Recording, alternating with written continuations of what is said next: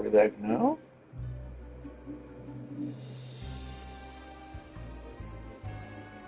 There we go. Sorry, once again, it said it was broadcasting on my screen, but it didn't show anything on YouTube. So, all right. So we're on chapter 4, Act 4 right now, and we have to investigate what happened to Childe. He's gone missing.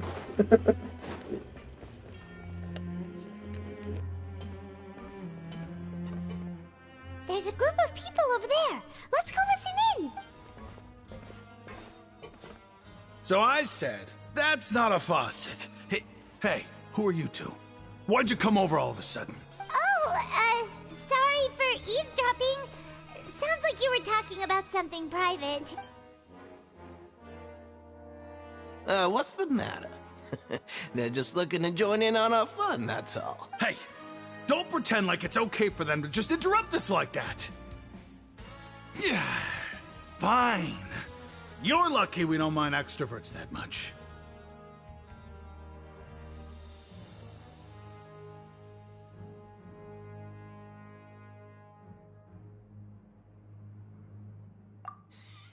You hear that, Quisto? What nice! Your expressions tell me you're looking to hear some juicy info, am I right? But before that, it just so happens that I know you two. Really? Are we that famous? You're kidding. How often does anyone get a personal tour led by His Grace himself? Practically everyone was talking about it. Word has it that you also caused quite the kerfuffle. A little mistake, huh? I like the way you put it. You see, people with a good attitude can join our group anytime, unlike some of the others here. Your group? I'm Quisto, and this is Lavaroon. People usually call us the Bombshell Bros, but don't worry. We're not playing with bombs or anything. It's just that our information is always so explosive, and we blow minds on the regular. So, you two really like to gossip? Whew, you sure know how to embellish. No. You don't get it. Knowing intelligence will make things better for you here. For example, knowing who's working with whom, who has the latest rumors, who's not getting along. Wouldn't you like to know all that?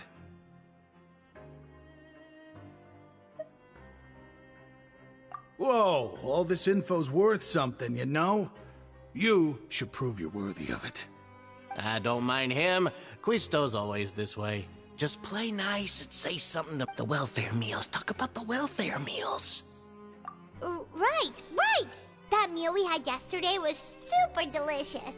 Paimon can still taste it whenever she closes her eyes. Is that so? To tell you the truth, I've been helping out with making those welfare meals. I've been working as a kitchen assistant for about a month and a half now. Oh, so you're the one who made those delicious steaks. Amazing. You could be a professional chef. You are correct. I am a true professional. In fact, I even went to culinary school. But enough about that. Since you like my cooking, I guess that means we share similar tastes. Listen carefully. This little bombshell will help you learn what's really going on here in the fortress.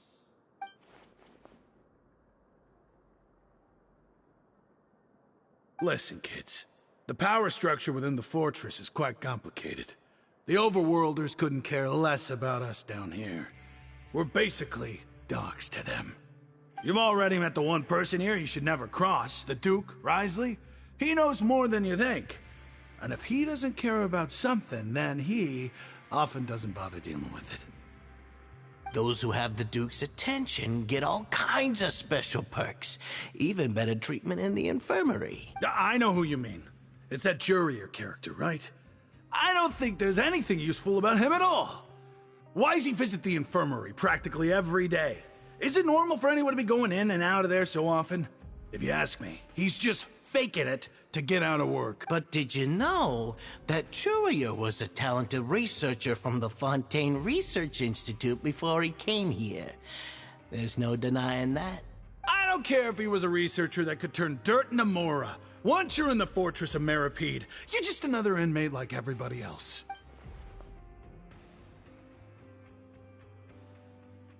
Speaking of which, the last time I saw him, he was passing by in the corridor with Lorvine. I also heard they started arguing in the library and got into a fight, right? Guess that's just how terrible of a guy he is. You mean he hit a woman? Wow, I never imagined he was that bad. But that Lorvine's also quite the odd one, you know? She's always gabbing away, got into a fight with a man, and she also got sent to the infirmary. Come to think of it, I always see her going to the sick bay every couple of days, too. Huh. Wait a second. You don't think? Do you think could it be that they're secretly meeting there to go on dates? But it's really hard to imagine. After all, I do remember seeing Lorvine beat Jiraiya to a pulp that one time. And we might be overthinking things.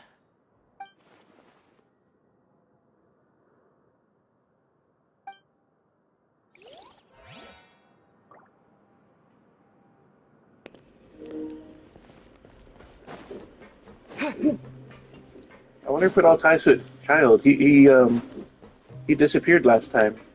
We thought he went down a fight, but he never came back. Look! There are some people talking over there!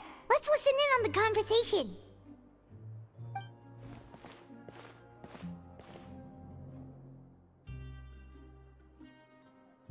If you ask me, those pompous parasites on the surface act like they're all a bunch of aristocrats.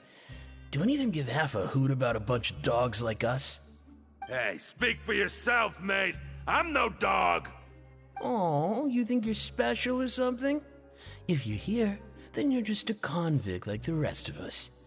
I've heard that even if you're released after serving your sentence, going back to life on the surface ain't any better. Once a criminal, always a criminal. We're marked for life. I don't buy that. Hey, how cool would it be if the whole world was destroyed by a giant flood and everyone had to start over from nothing? What kind of filthy bilgewater are you spewing? I have family up there. You best shut your sewer hole with talk like that. Listen, things ain't so great on the surface, but who says that you have to leave? I've heard that you can still stay here and work even after you've served your sentence. Not bad if you ask me. Who wants to live in the ruddy overworld anyway? And what makes you think they want to hire someone like you? That's one of the great mysteries of the universe, how someone as useless as you is so confident. Whoa. Sounds like they're really unhappy about the overworld. Speaking of which, Paimon never heard anyone use the words overworld or underworld when we were living up there. Is it? That's true.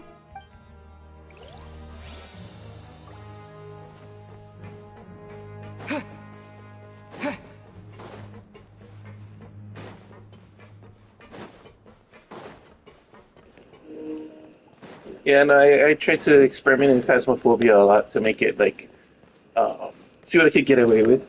You know what I mean? And it was just fun stuff. I made some stuff for Mana. Oh no, the stream was fun. It was awesome. You did great. Man, I would lost my nerves so fast, especially when you were like at the camp. Hey, you over there? Yeah, you. Say, do you like playing card games? You know, like Genius Invocation TCG? You TCG players are like mint in the wild, literally sprouting up everywhere. Hey, come on now. What's wrong with finding fellow Invocation aficionados? Anyway, care to join me for a game?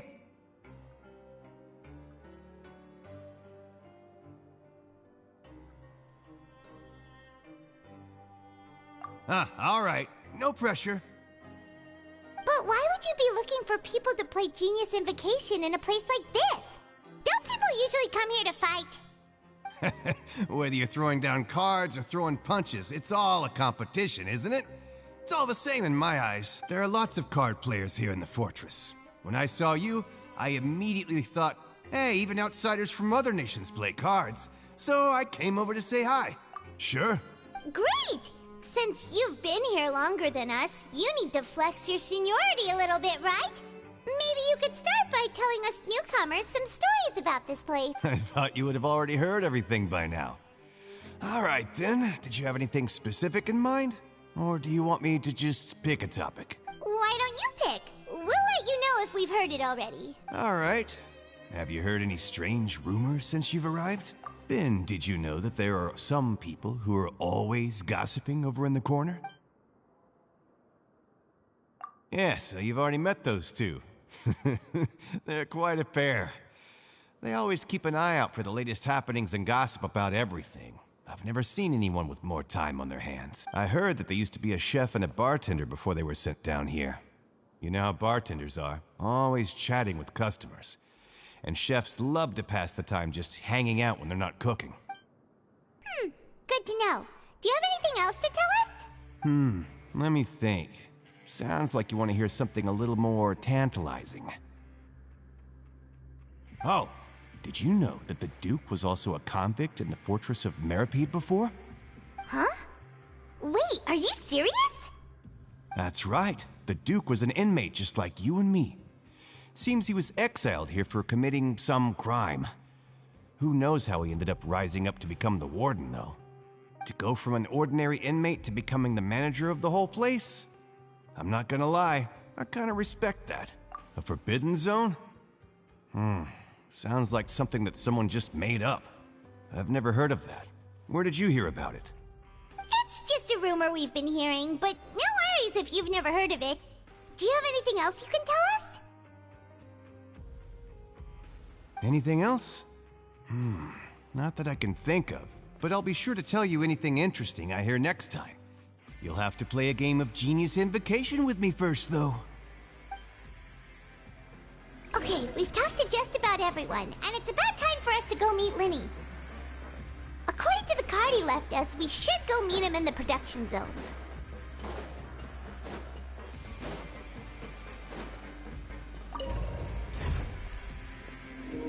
I have no idea how Lyney got back down here.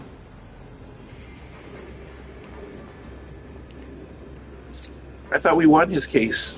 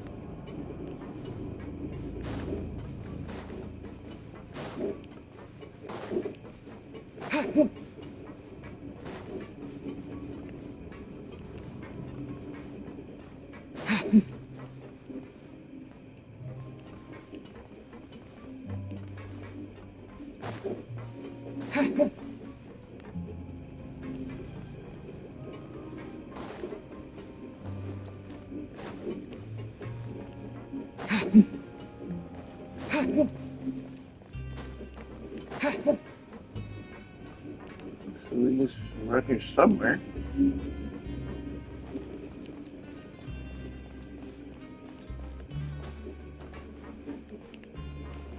Oh, wait, we just passed Lyney?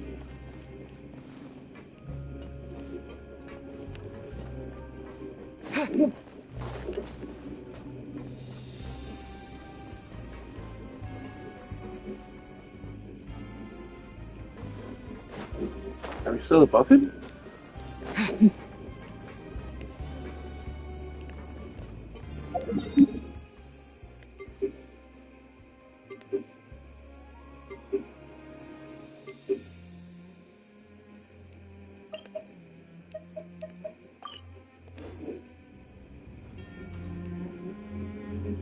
Nice! Congratulations!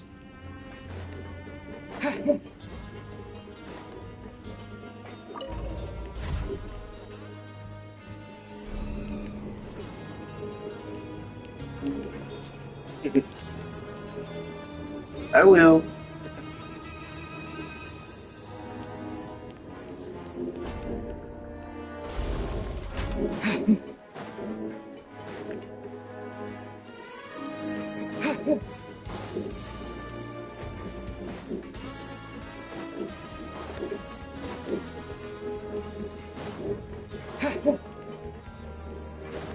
confused where to go.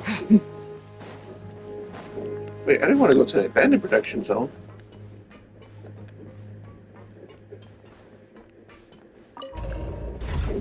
Oh, I already was in the production zone.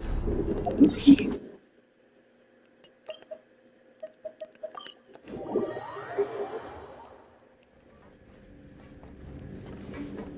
Oh, he's above me.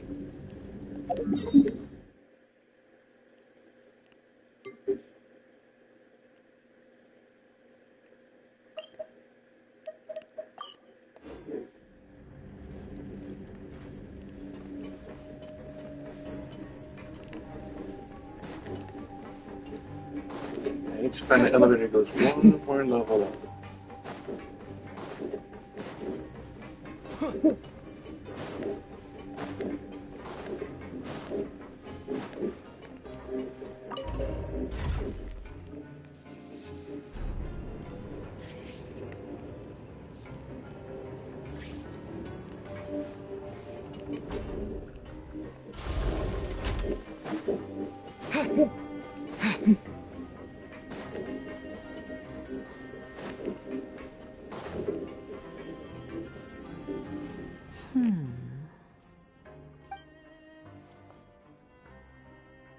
Huh?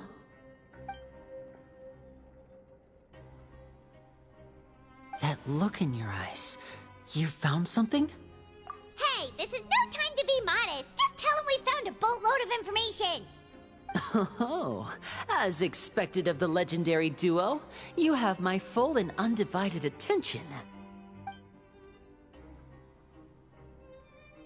Huh. I'd have never guessed that myself.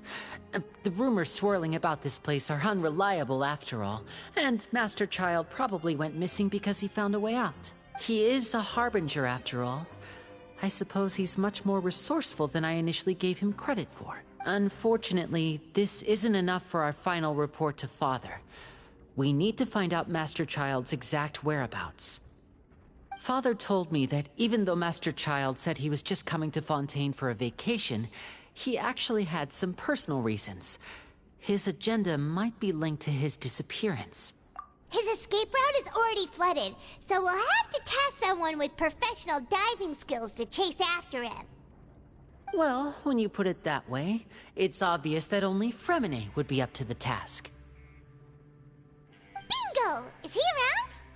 He's working today. Coming here as a group would have attracted too much attention. I'll talk to him about it later. It's the least I can do. We're all in this together, so it's only fair for us to fulfill our end of the bargain. Honestly, I'm far more impressed by you guys managing to collect all this information right under Wriothesley's watchful eyes. Collecting information has always been our strong point. Now, let me think. To find out more information, Fremine will have to retrace Master Childe's original route. And if he's to do that, he'll have to set out on the next pipe cleaning day at the earliest. That's 6 days from now. And after that, he'll probably take another 2 or 3 days to return. You can even estimate how long it'll take for him to get back? We've been working together for a long time. We know each other's capabilities like the backs of our hands. Traveler, what say you to meeting here 9 days from now? We'll be able to pick up Fremine while we're at it, too. Oh, and there's just one last thing we'd like your help with. Though we can just sit back and wait for Fremine's report on Master Childe's whereabouts, we still need to make more progress on the investigation of the Forbidden Zone. Fremine's no master of disguise. Lynette's still working on getting intel from the other areas, and I'll need to spend some time helping Fremine prepare for his... So, you are the only ones we can count on. What do you want us to do? Will it be hard? Well, I won't call it easy per se, but I think you'll be able to pull it off. Listen carefully.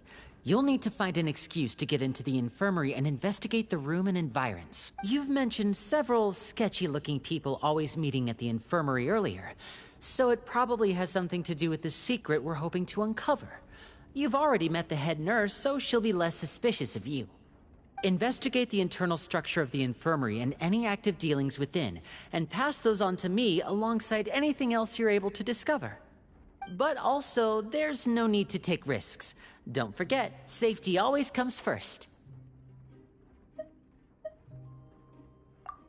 My apologies. I just started rambling out of habit. It was almost as if I was talking to my younger brother. But that's not a bad thing, right? All right, then we'll head out as soon as we finish our prep. Let's go our separate ways for now, then. Don't forget, we meet here again in 9 days. Stay safe.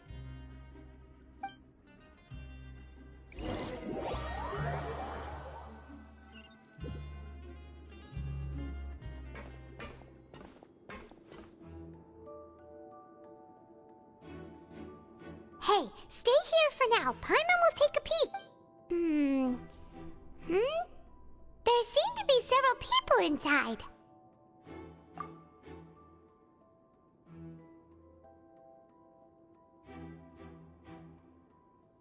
Right. I feel like we still... It's not impossible. So... it's a bit hard to understand them from here, so why don't we just try to talk to them in person? Let's go as soon as you're ready.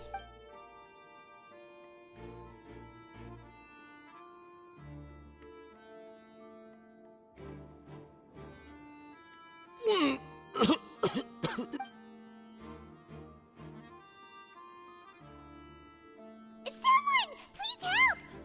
He's sick! Whoa, are you okay? Oh my! What's wrong, little one? There's no need to panic. Take a deep breath before you begin. The traveler started complaining of a stomachache, and then nausea, and then collapsed onto the ground. Paimon doesn't know what to do! Freezing limbs, twitching fingers, and pale complexion? Could it be poison? Let me take a look. Please, lie down over here. Don't worry, I'll get you to the bed safely. Here, hold on to my shoulder and walk slowly.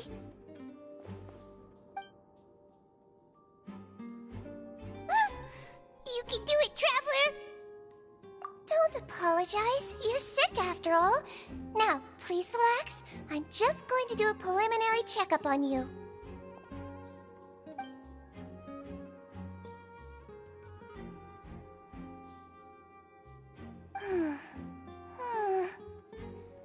I see now. My checkup has confirmed that he's not in any mortal danger. That's our worst fear out of the way. Eh? Oh, that's good. But I'll continue my diagnosis of the patient now. Please, relax and take a deep breath.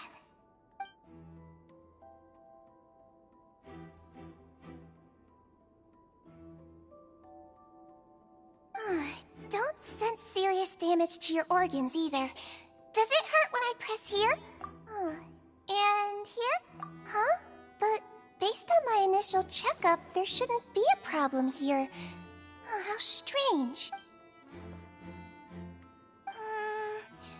What about here? Oh, I understand. So that's what it is. I think you just ate something that disagreed with you. That's all. Nothing too serious. Outside of a pretty bad stomachache when it decides to act up. So that's what it is. Thank goodness it's not anything more serious. And there have been other inmates complaining about the food recently. I'll inform our head chef, Mr. Woolsey, of this problem as soon as possible. Congratulations! The health risk is incredibly low, so you should recover within a couple days. Why don't you take a rest here while I go get some medicine for you? Miss Levine, I'll have to trouble you to help me look after this new patient while I'm gone. Very well. And she hopped away just like that.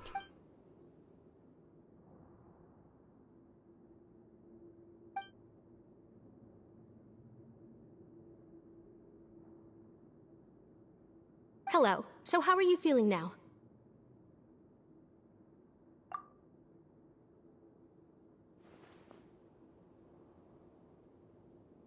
His stomach ache's really bad. He was stumbling about the whole way here, so Paimon's really worried. If Miss Sijuin says it's not a serious problem, then there's no need to worry. She's the best medic we've got down here. But it also looks like she's the only medic you've got down here. Well, that's true. What do you mean, that's true? That's really misrepresenting the situation. Of course I can't speak for the whole fortress, but it's not like everyone imprisoned here is useless, you know? Though they may have committed crimes and gotten locked up here as a result, they still know a thing or two about medicine, and they help Miss Sishuin take care of the sick and injured. Yeah, you're right. But did you have to lecture me about it in front of another patient? Aren't you a patient too? Where did all your energy come from? That's correct. Sorry, I got a bit ahead of myself. Are you two also sick? We've been sick a while. I come back every once in a while for checkups, and to pick up the medicines Miss Sijween prescribes for us. That's just the nature of chronic illnesses. As for her, you could say she fancies herself as Miss Sijween's capable helper because she learned a bit of medical knowledge ages ago. Please watch your mouth, Mr. Jurier. Don't forget that you are the primary reason I have frequent heart palpitations. Hey, don't start arguing now, please. Keep it civil at least.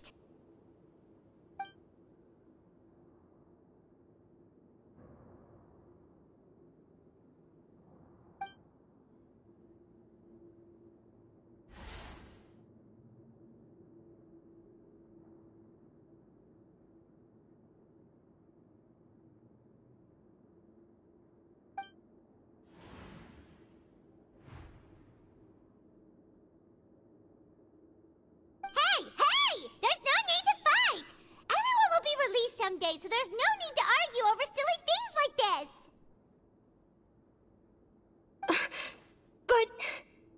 But... Release. It's way too early for us to even think about that. And who the heck knows if we'd even be able to continue our previous lives?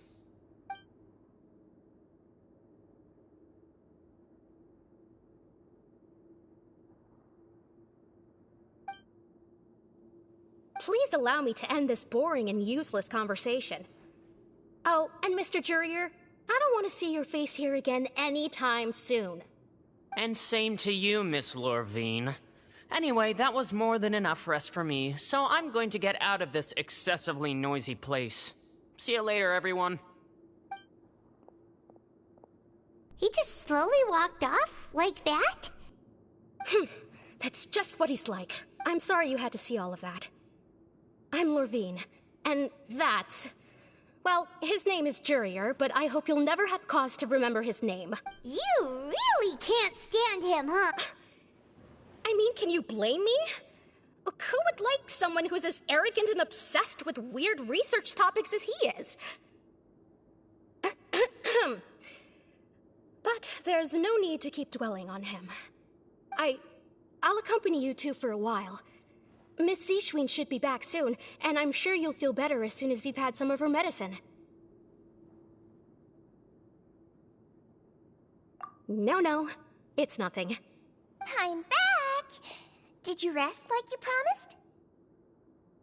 Thank you for getting our medicine, Miss Sishuin. Did you all cooperate with your bed rest? I trust that nobody got up to walk around. Good. Here, this should be 2 days' worth of medicine for you. Take 1 pill now, and then continue your bed rest.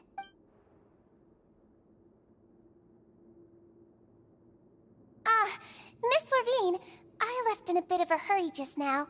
Do you still remember if we discussed the color of the pill that you should be taking today? I remember. You said it should be yellow. Yellow, huh? I understand. These are yours. Please, make sure to go to bed early after taking them tonight. You'll benefit from a good night's sleep. All right, then I'll also be on my way now. I hope you feel better soon, too.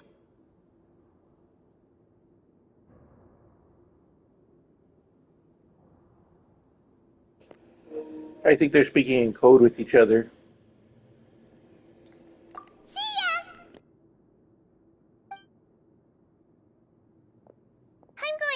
Your medical record now. You're widely known as the Traveler, right? I just want to double-check a few details, if that's all right with you. Those two made quite the commotion just now, so why don't we let the Traveler rest? Paimon can answer the questions instead. So his primary symptoms are abdominal pain, with secondary symptoms of nausea. Is there anything else? That's it! Alright then. Is there anything we should know besides to take the meds? No, his base constitution is quite good, so I'm sure he'll recover quite quickly after taking the medicine. Please make sure to stick to bland or less stimulating foods, and don't stay up too late at night. Got it! Paimon will hold the Traveler to that for sure.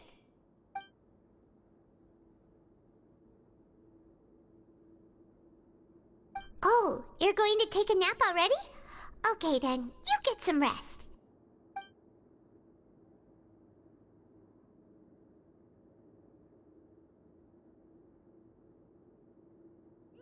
We've been to lots of places together. He may look a bit under the weather now, but he's actually super strong. So you're the best of companions. Well, don't worry, he'll recover soon. Ah, you're awake. How do you feel? You slept for a really long time, but we never left. Well, now you can go back without a worry in the world. Remember to take the meds regularly, and don't forget, bland foods. Thank you, Miss Sijuin.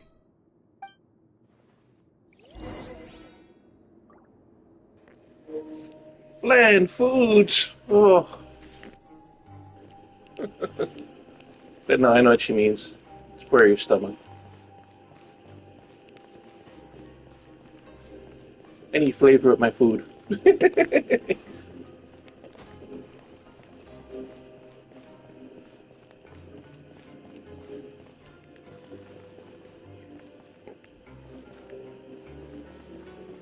So the Traveler saw a hidden hatch.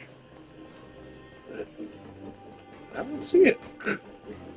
Oh, here it is.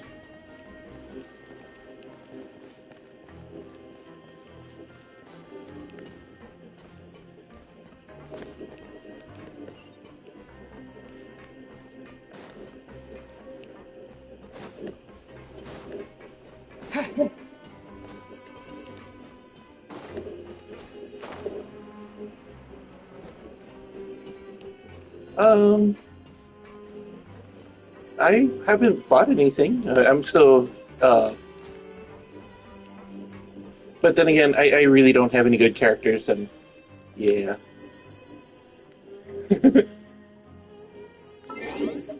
Alrighty, have a great night. Let me see, already set up. It's the easiest way I can show off my people that I have, I think. Yeah, see? So I'm guessing, yeah, it's still, you gotta put money in to get good pools. I've been trying to save up my Primo Gems, and the witches I get from finishing the axe. But I've been using my blue ones to, I guess, pull for, just for characters and hopefully better weapons. That's how I got official. And, yeah. And a couple of other people. But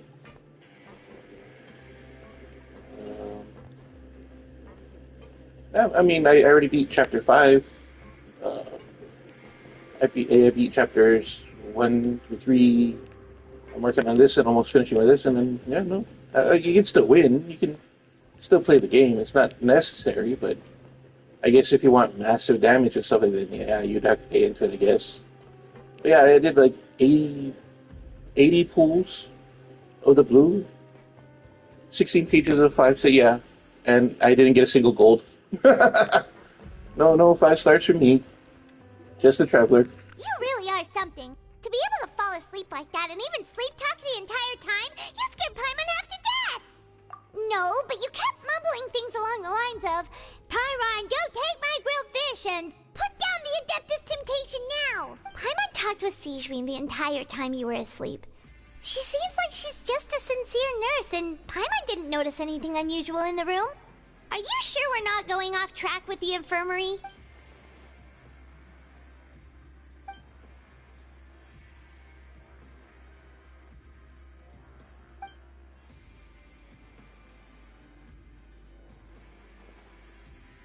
Whoa!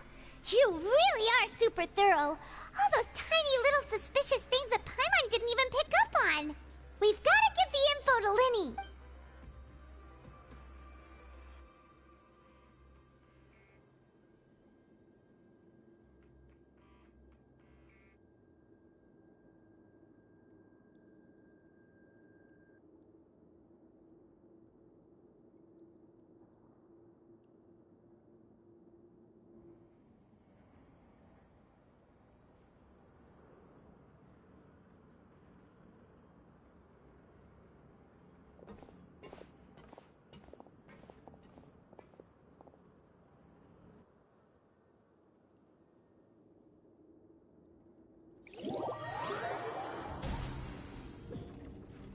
Today's the day! Let's go meet up with Lyney!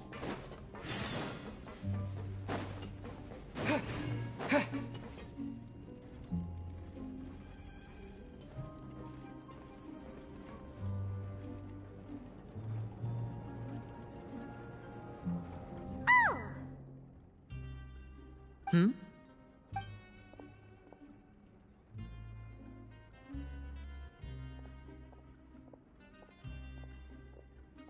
Did you two run into any trouble over the past few days? No, we just worked our shifts according to the schedule. Nothing weird happened. That's good. That means you didn't raise any suspicions when you infiltrated the infirmary. We've taken a look at the slip you've sent. Fremine successfully left the grounds via the pipes 2 days ago, and as of last night, Lynette has also infiltrated the infirmary after faking an illness. Wait, why is she getting involved as well? You already went above and beyond when you scoped out the infirmary. To put it more bluntly, even if we were to view that as something you did in exchange for Fremine's help, you've already done more than enough. Infiltrating a guarded stronghold is a different kind of job from a one-off investigation. We want to avoid using the same faces over and over and reduce the amount of suspicion that will fall on any given person. Lynette also felt like you have already taken the first step for us, so she should be the one to finish the job. So that's what Lynette thinks. Oh, Paimon hopes everything's going well for her. Then, let's go check on Lynette before Fremine returns. If everything went well, then she should be wrapping up her investigation right about now. Is now really a good time to go over? According to my observations, Sigewinne always spends around half an hour away from the infirmary right before lunch. Lynette knows this as well, so this should be a good time to meet up with her. Also, I'm her brother, remember? It's only natural for an older brother to care about his younger sister's well-being. Okay, then let's head over right away!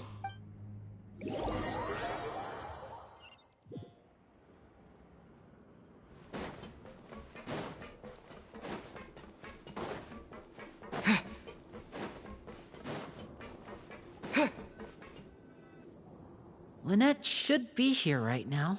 Huh. Strange. Lynette?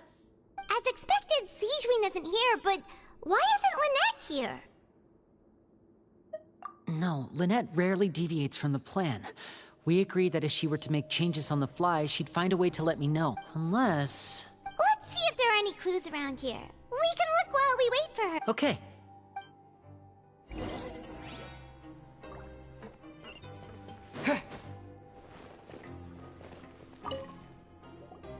There are some books here and a few files. They all look like medical records. Advanced nursing, how to raise the spirit of your patients, a quick guide to the psychology of emotions, and the meaning of laughter. These sure are some interesting books. Who knew Sigewinne would be interested in these kinds of things? She even has books on understanding people's motivations and feelings. Is it because she's a Melusine? Or does she have a need to understand her patient's emotional state? Seems quite normal to me. These are skills that would come in handy for a nurse from time to time.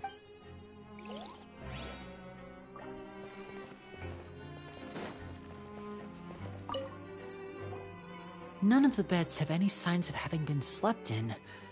Except that one over there. That's the one Lynette must have used, right? You said she was pretending to be sick. She would have, which means either the head nurse didn't return the entire time from when Lynette laid down up until she left the bed, or the nurse intentionally left it this way.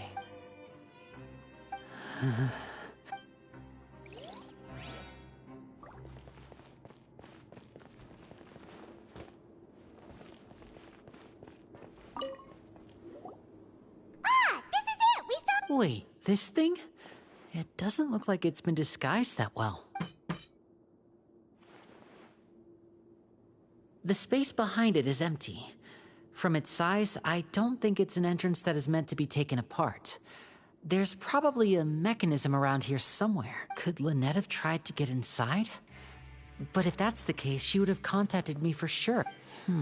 Let's look around here for some more clues. Don't panic, just take another look.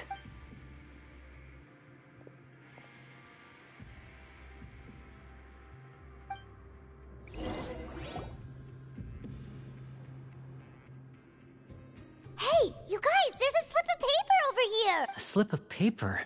It's right over here, and there's a bunch written on it too. It reads, "Out of respect for your usual practices, I'll use a piece of paper or card as the medium to pass on my message. You may consider this as me giving you my best regards." This is... Is that all? The back. This is... Show me! Now! That look on your face. Paimon's reading it now. Would you care to guess where Miss Lynette of the Fatui could be right now? No. Could she have? Is she already? Wriothesley. Did he deliberately leave the infirmary unguarded to use it as bait? Wait, you mean he was aware of our goals from the very beginning? But why? We didn't run into any trouble last time, and he also never reached out to us since. Yes, that is a crucial question. Wriothesley, he doesn't do anything without a clear goal or reason. So this means he had no concerns about your activities from the very beginning. You're not from the same camp as us. You were sent down here by Nervulet, so you have no conflict of interest with Wriothesley. We're a completely different story, though. I'd like to know that, too. Why did he only go after her? Don't panic, just think everything over. I have to stay calm. This is not like what happened last time. The situation's different now. Wait, you're right. Wait, but that means the fact that Fremine was able to leave the grounds. Could Wriothesley have let him go as well? But what does he gain by letting Fremine leave like that? So he's challenging me and trying to provoke me, I'm sure of it. We never should have sent out Fremine. We had to go through all that trouble to find an opening to sneak him around the guards and into the pipe, and we even thought luck was on our side. If Wriothesley let him leave on purpose, then he's probably in a terrible spot now as well. Lyney's getting more and more panicked. We have to calm him down. Don't be like this, Lyney. Fremine wouldn't have left if we hadn't told you about Childe. That was our fault. No. I'm the leader of this operation, and I'm the one responsible for this team. I was the one who failed to protect them. I'll go talk to Wriothesley. Hey, don't be reckless! Traveler, please, talk some sense into him! I simply cannot allow Lynette to be abducted again. I have to go. I'll find a way to get them back! He's rushed out the door!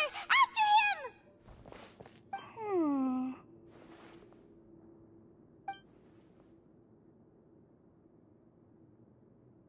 Right.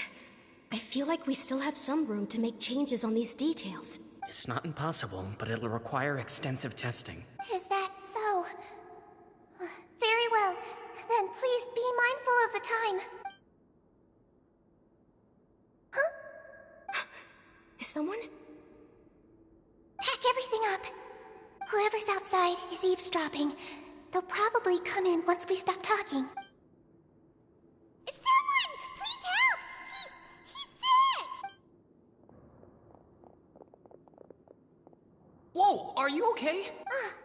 These two. As expected, they've already found this place. Oh, they are quite sharp. What a delightful turn of events. I like smart people, but I also like playing dumb. I like the feeling of being trusted. Oh my! What's wrong, little one? There's no need to panic. Being able to read human expressions is quite the useful skill. Lyney, wait! it's no use. We have to catch up to him. He's already out of sight. How is he so fast? Let's go head him off at Risley's office.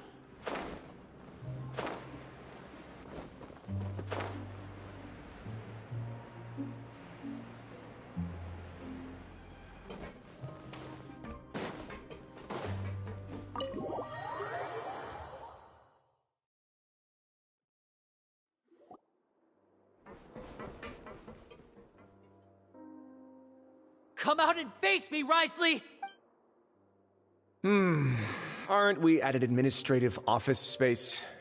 Why don't you at least try to follow even a couple rules from the fortress's indoor management regulations? What did you do to my sister? I ran into the young miss at the infirmary.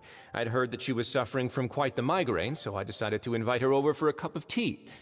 I do have some teas in my collection that can work wonders against such an illness. Stop joking around! Where did you take my siblings? I have also heard that your performances are quite the spectacle.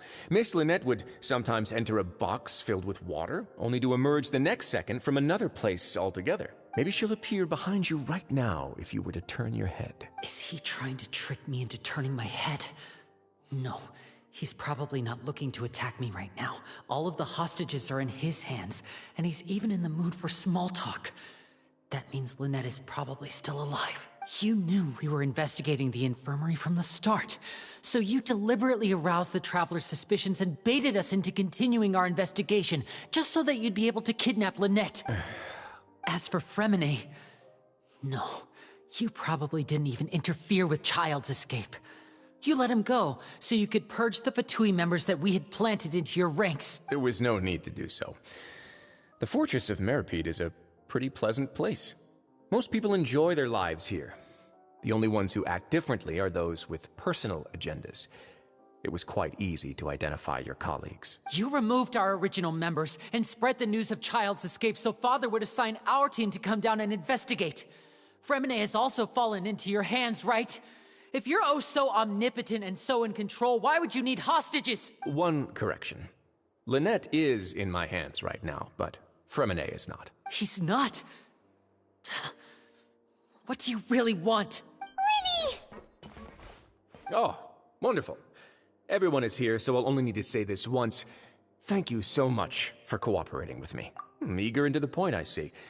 Alas, only Miss Lynette is currently having a cup of the fortress's finest tea. Although, as per your original plan, Mr. Fremine should also have returned to the fortress by now. But he has neither shown up within my gates, nor has he been taken into any kind of custody. So where do you think he may be right now? Wait, you can't mean you locked him outside in the sea? I closed the fortress's gate to the outside world. That's all. Fremine's a star diver, so he should be fine, right? No, we're still here, so he definitely tried to find a way to come back for us. So we can't assume he might have made a break for the surface. But why would I do this, you may be asking? To have an audience with you, of course. My intel tells me that Mr. Lyney is a great magician, so it's only natural for me to want to have some cards of my own when it comes to negotiating. Besides, I do recall you mentioning to Miss Lynette that you've always wanted to have a face-to-face meeting with the Lord of the Fortress of Meripede, regardless of whether it was in a personal or a professional capacity. Well, you got your wish. So, you've been keeping tabs on us before we even set foot in the fortress. Some of my folks just happened to hear a thing or two, that's all. In any case, I will be straight with you. I was willing to play dumb and turn a blind eye, so we had a pleasant few days playing games together here. But once you started focusing on the Forbidden Zone, all of that changed. Mr. Lyney, the cards are stacked against you right now. Miss Lynette is in my hands, and Mr. Fremine is still slowly being pickled out there in the brine. You know just as well as I that he cannot last out there forever. You need do but one thing to guarantee their safety. I would like you to contact your superior, and ideally invite her over for a cup of tea with me. You want to see Father? But why should she bother giving you an audience? Well, if she cares for the well-being of her dearest children, she should have plenty of motivation to join me for a parents' evening. I've heard that the bonds between the members of the House of the Hearth are like the bonds of family. I don't see why she would refuse. Why did you think Father sent us to handle the fortress of Meripede? This place is basically a no man's land. It wouldn't be fitting for anyone as important as a harbinger like Father to come here in person. Oh, I see. So it's because she doesn't care for my place here. That's such a shame. After all, I've amassed quite the tea collection. I was looking forward to sharing it with her. Both Monsieur Neuvillette and Lady Farina have already received many samples as gifts. Was this the extent of your master plan to get to Father? No matter how much pressure you may put on me, I won't allow you to use us to blackmail her. You people really are difficult to get along with. All I'm asking for is a face-to-face conversation. Does she truly have no interest in the fortress's secret?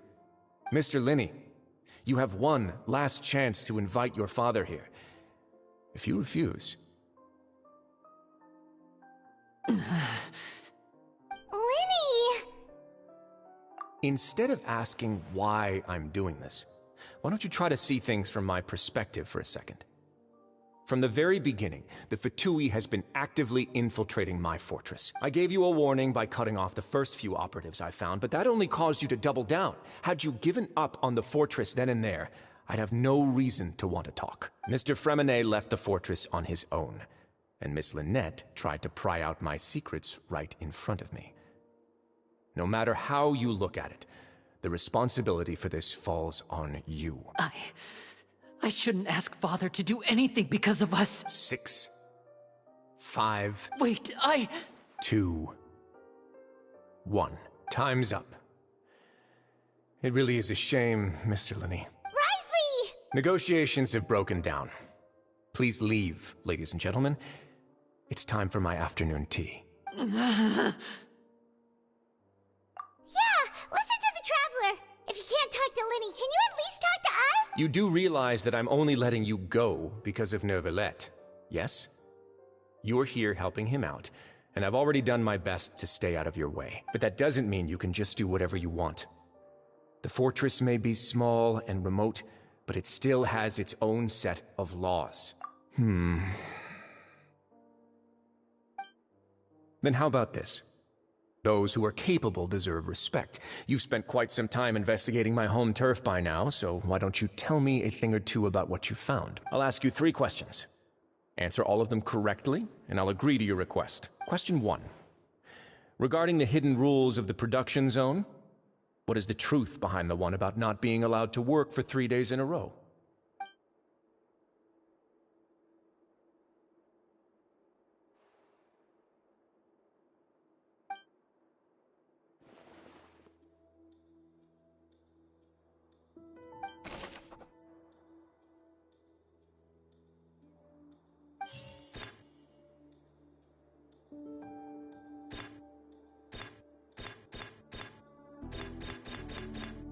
I've been told that the infirmary is always empty for the half hour just before lunch.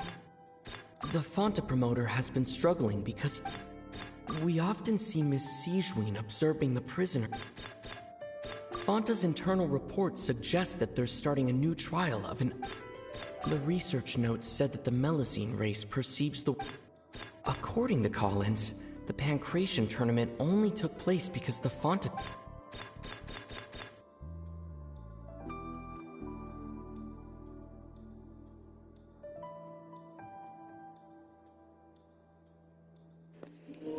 Where's the one about meat? It's just Fanta and Sigewinne lady. I've been told that the infirmary is always empty for the half hour just before lunch. But what could Sigewinne... The Fonta promoter has been struggling because he doesn't recognize the real value of coupons. Meanwhile, the Duke believes that only... We often see Miss Sigewinne observing the prisoners at work near the production zone. It seems like she can perceive the general state of a person's health just by looking at them. Fonta's internal reports suggest that they're starting a new trial of an unnamed and unpackaged product. But the product has to undergo a trial because even Fonta's own employees have a lot of reservations about it.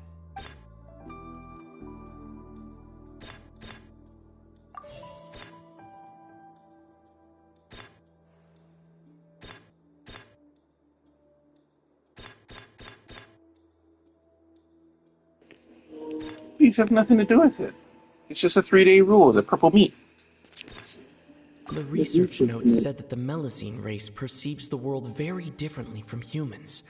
As a result, the Melazines have also developed a sense of aesthetics that appears rather strange and alien. According to Collins, the Pancration tournament only took place.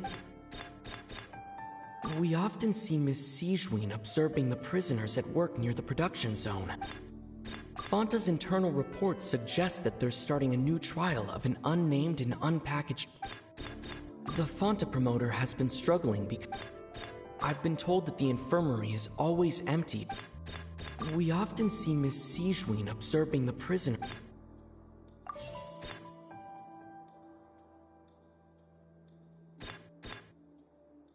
I've been told that the infirmary is all... The Fonta promoter has been struggling because he doesn't recognize... Fonta's internal report suggests that they're starting a new trial. The research notes said that the Melazine race perceives the world very differently from humans. As a result, the Melazines have also developed a sense of aesthetics that appears rather... According to Collins, the Pancration tournament only took place because the Fonta... The research notes said that the The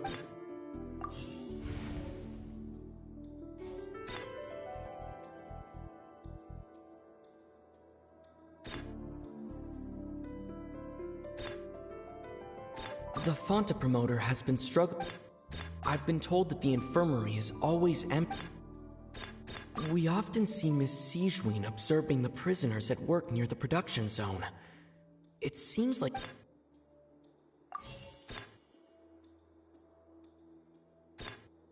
According to Collins, the Pancration...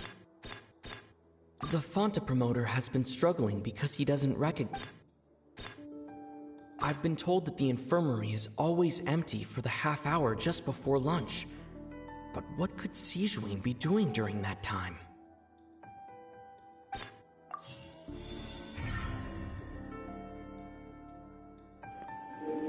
Oh, sorry, I didn't realize I didn't have the mic on, but yeah, no, this is confusing. So that's what's going on. Paimon understands it now. Who would have guessed? The hidden rule of the production zone. People are not supposed to work 3 days in a row, and if they do, they'll get strange meat in their welfare meal. At first we thought this strange meat must have something to do with the people who disappeared, but in reality, they were all prepared by Sigewinne, the head nurse. She often visits the production zone to observe the workers' health and makes a note of anyone who has worn themselves out after 3 full days of work. Out of her sense of duty as the head nurse, as well as her genuine concern for the workers' health, Sigewinne visits the cafeteria right before lunch and cooks an extra dish for those who can use the stamina boost. Sigewinne has only the best intentions with her surprise gift and doesn't want anyone to find out about what she does. However, unfortunately, Melazines as a race perceive the world differently from humans, and their sense of aesthetics is even more alien to us. The recipients of her lovingly prepared special meals cannot taste the care within and usually just freak out. Are we on the right track? Not bad. You've uncovered Sigewinne's secret and even guessed her intentions correctly as well. It's nice to know that her efforts have not gone unacknowledged. All right, now for my next... There are also some hidden rules in the Pancration ring, including the one that you're not allowed to support both sides of a fight. Why is that?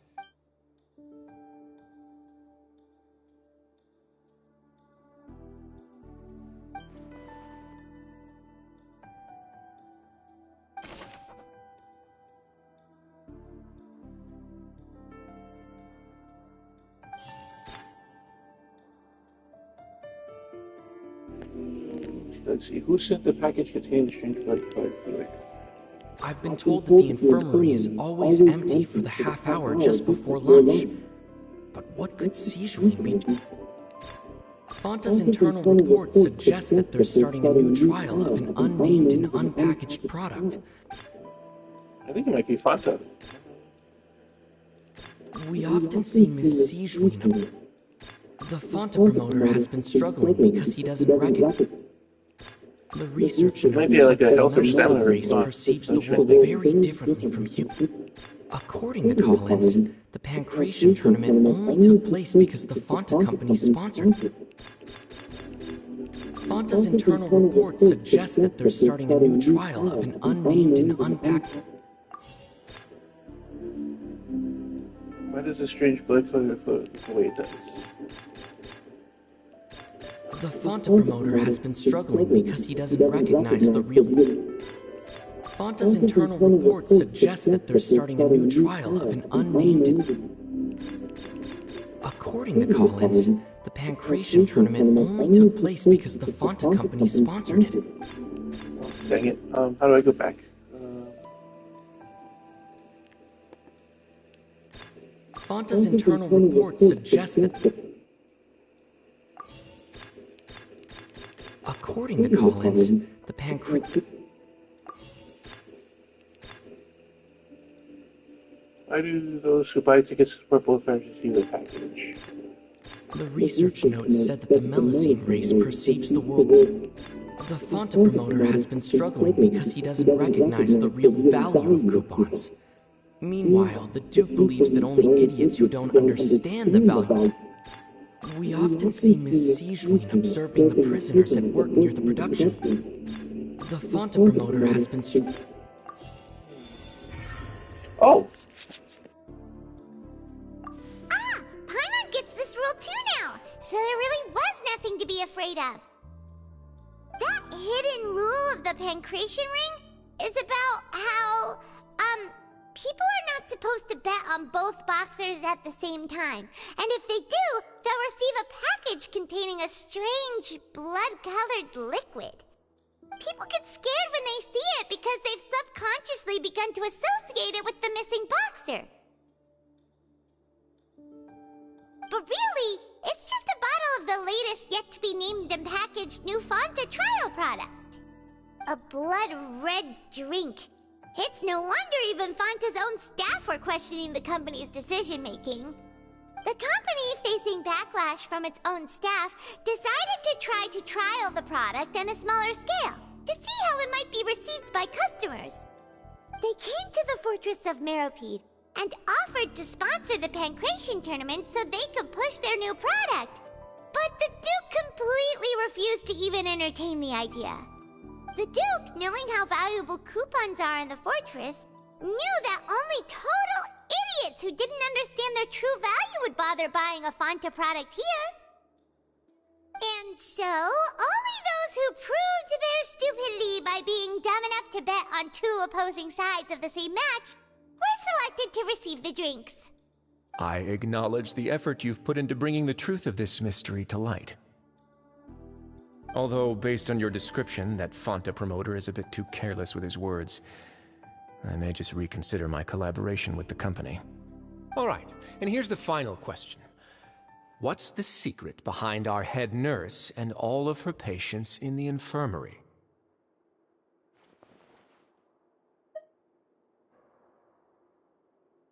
Stop your cruel and pointless games, Risley! You know that we haven't finished our investigation, so there's no way we can answer the last question. The thought of sparing Lynette and Fremine never even crossed your mind!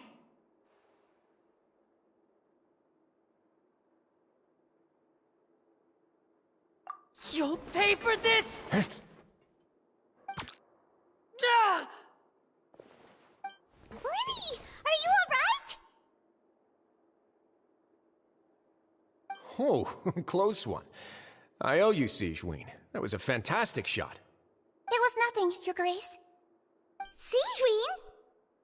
Though this gun may look like a toy, it's actually fully functional, as I just demonstrated. Sigewinne... You...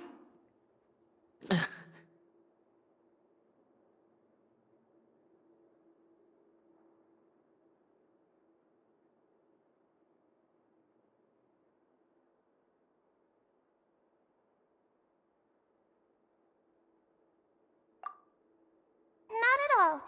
I am merely a resident of the fortress, and thus protecting it is my duty. When Monsieur Nervulette asked me to come here, he told me that my job would be to take care of the well-being of everyone here. I am merely discharging my duties. But if you mean what you just said, then isn't Lyney someone you should be looking after as well? Isn't he a resident here just like the rest of us?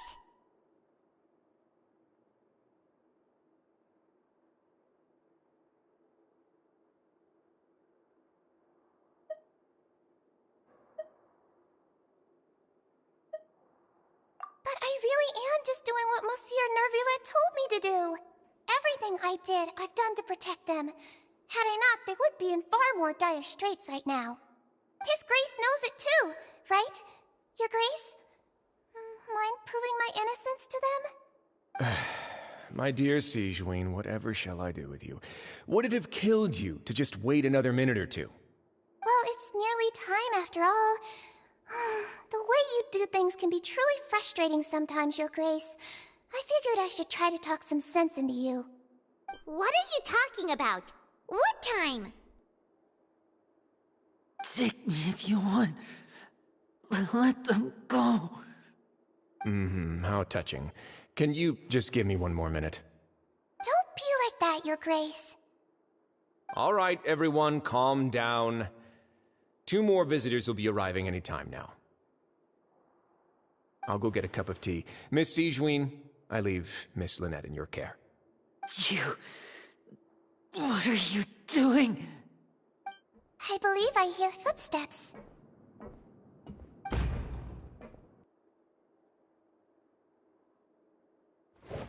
Some space, please. Ah, Miss Clarande. My door. Fremine. Fremine. What's going on? What is Clarande doing here? Work. I'm sorry about shooting you, Mr. Lyney. The tranquilizing effect will begin to wear off soon. What happened to Fremine? Wasn't he diving just outside of the fortress? Why is he looking like this?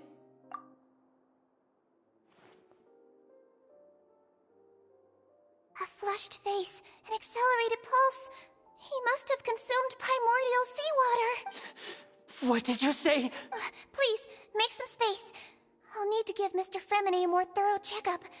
Your Grace, I'll leave the rest to you. I'll talk to Clarande while you get Fremine to where he needs to be. Everything else can wait.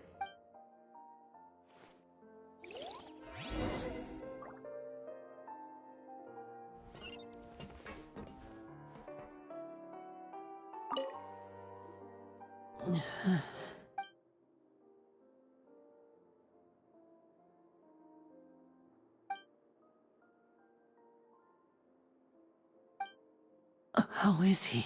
These symptoms are probably caused by an acute ingestion of a large amount of primordial seawater. Still, his condition is not critical. Of course, it would be best if he stayed for further observation. Let's leave him here for now, and move him to the infirmary once he's recovered a bit more. Sorry. I am aware that the infirmary may not be your favorite place in the world at the moment. We do only have a single clinic in the fortress, however. Why would he ingest a large amount of primordial seawater after leaving the fortress? How could that possibly happen? Please, look after Mr. Fremine for the moment. I'll go fetch some medicine and a respirator. Where is she? How is she right now? Oh, she just took a nap in an empty room after I tranquilized her. If my calculations are correct, she should also be waking up right around now. You might not believe me, but His Grace and I actually made some snacks and tea for her.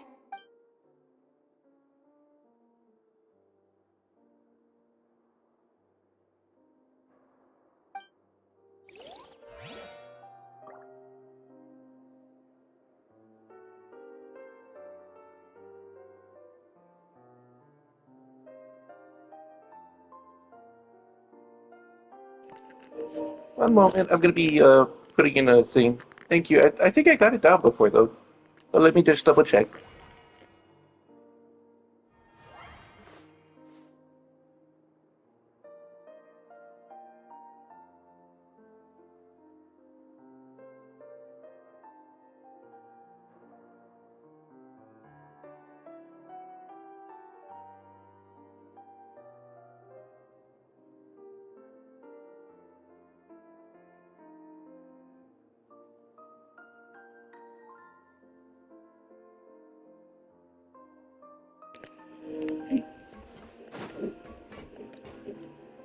What's that look on your face? I thought I made good time on the way back.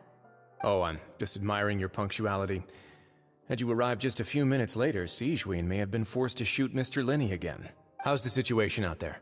The water has changed. It's pretty much as expected. The concentration of primordial seawater has increased significantly. I was only out there a short time, so it wasn't too bad. But if one were to stay for any significant amount of time... well, you can see how that boy's doing. Where was he when you found him? The abandoned zone at the end of the pipes. A good distance into the water. Closer than I thought. He must have recognized it early on and tried desperately to swim back. Locking the door was necessary. I don't think we could have saved two. Well, I did try to convince him that I had my reasons. Never seems to work, though. It would probably work on Neuvillette. He has a knack for picking out who had good intentions, even when the outcomes were all terrible. It's a bad sign if you're having to plead your case to Neuvillette. Want some tea? Not particularly. If you want to drink some that badly, just say so. Fine, I'd like to get some tea. Want me to get you a cup too, since I've already made it? Might as well then, I suppose. Actually, do you have a towel? I would like to dry my hair.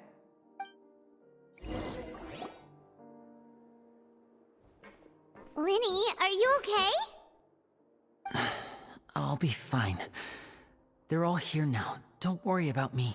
Are you sure?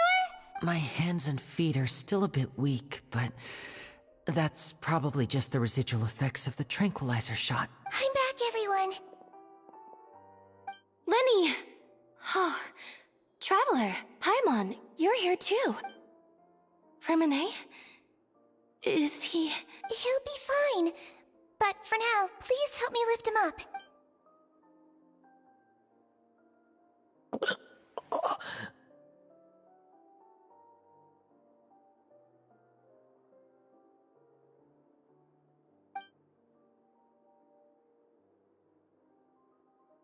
His breathing's beginning to slow down. Give me a hand and help me get him to the infirmary. Yeah, I'll take him from this side. Lynette, together? On it. Traveler, you seem pretty worried about him. Want to come with us? The Duke and Clarande are gone. They probably went to get some tea. The Duke will explain the truth in just a bit. Miss Clarande will need a break, since she only just returned from rescuing Freminet out of the sea.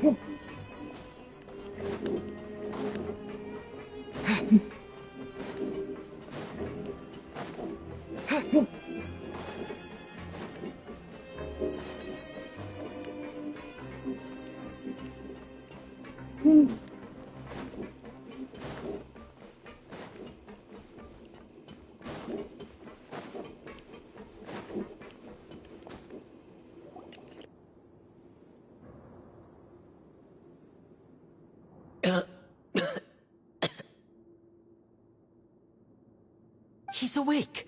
Freminet, how do you feel? Lyney...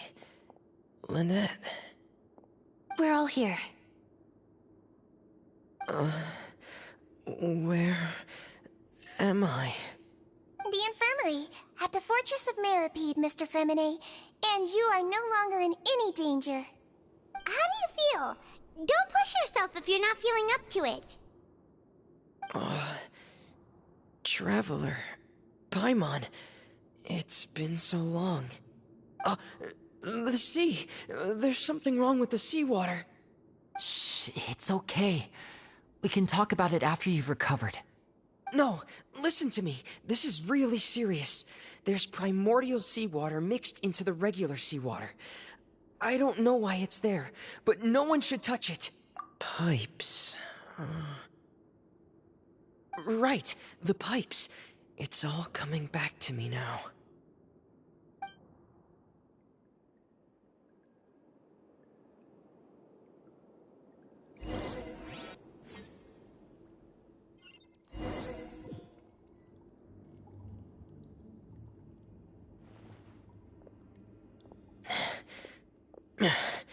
I'm in. Seems like this pipe hasn't been used in a long time. It looks abandoned.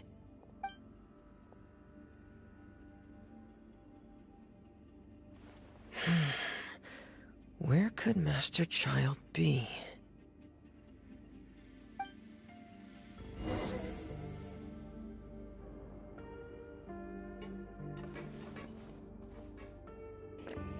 Oh, it's an infirmary.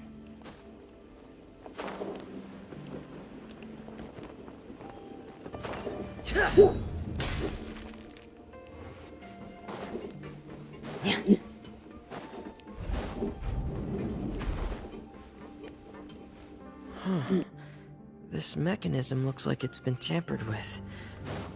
Could he have done it?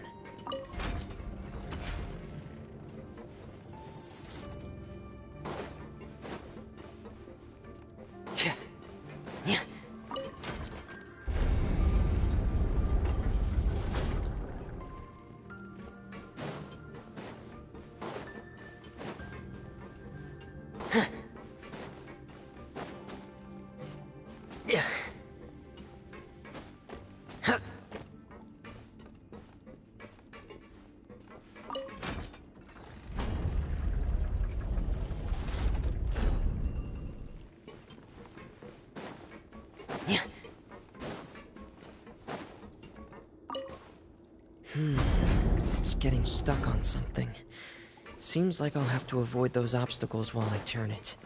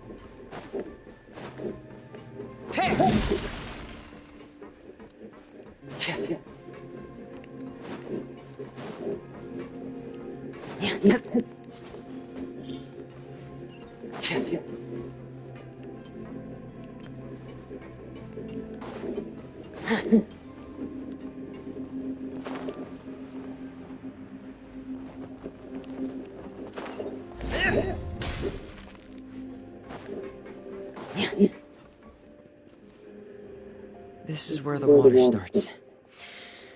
Okay. Master Childe probably dived into the water. I'll go take a look as well.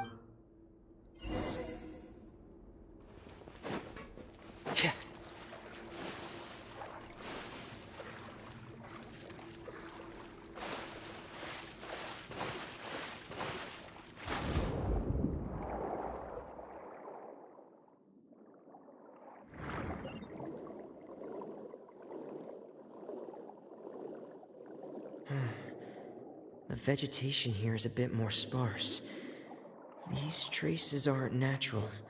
A person must have left them, and recently. I should be going in the right direction. Oh, there are traces here too. I need to keep going. Huh? The traces are gone. But I don't see where he could have gone from here. Wait. What the...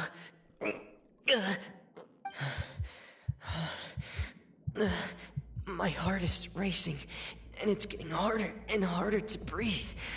What's going on? No good. I have to get back.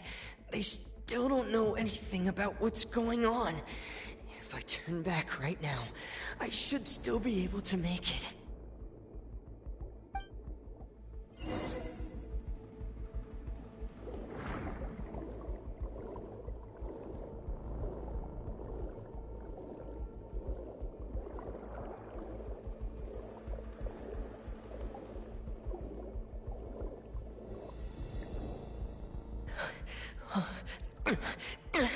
I can't die here. This is bad. I'm feeling worse and worse, and I'm still underwater. I have to push on.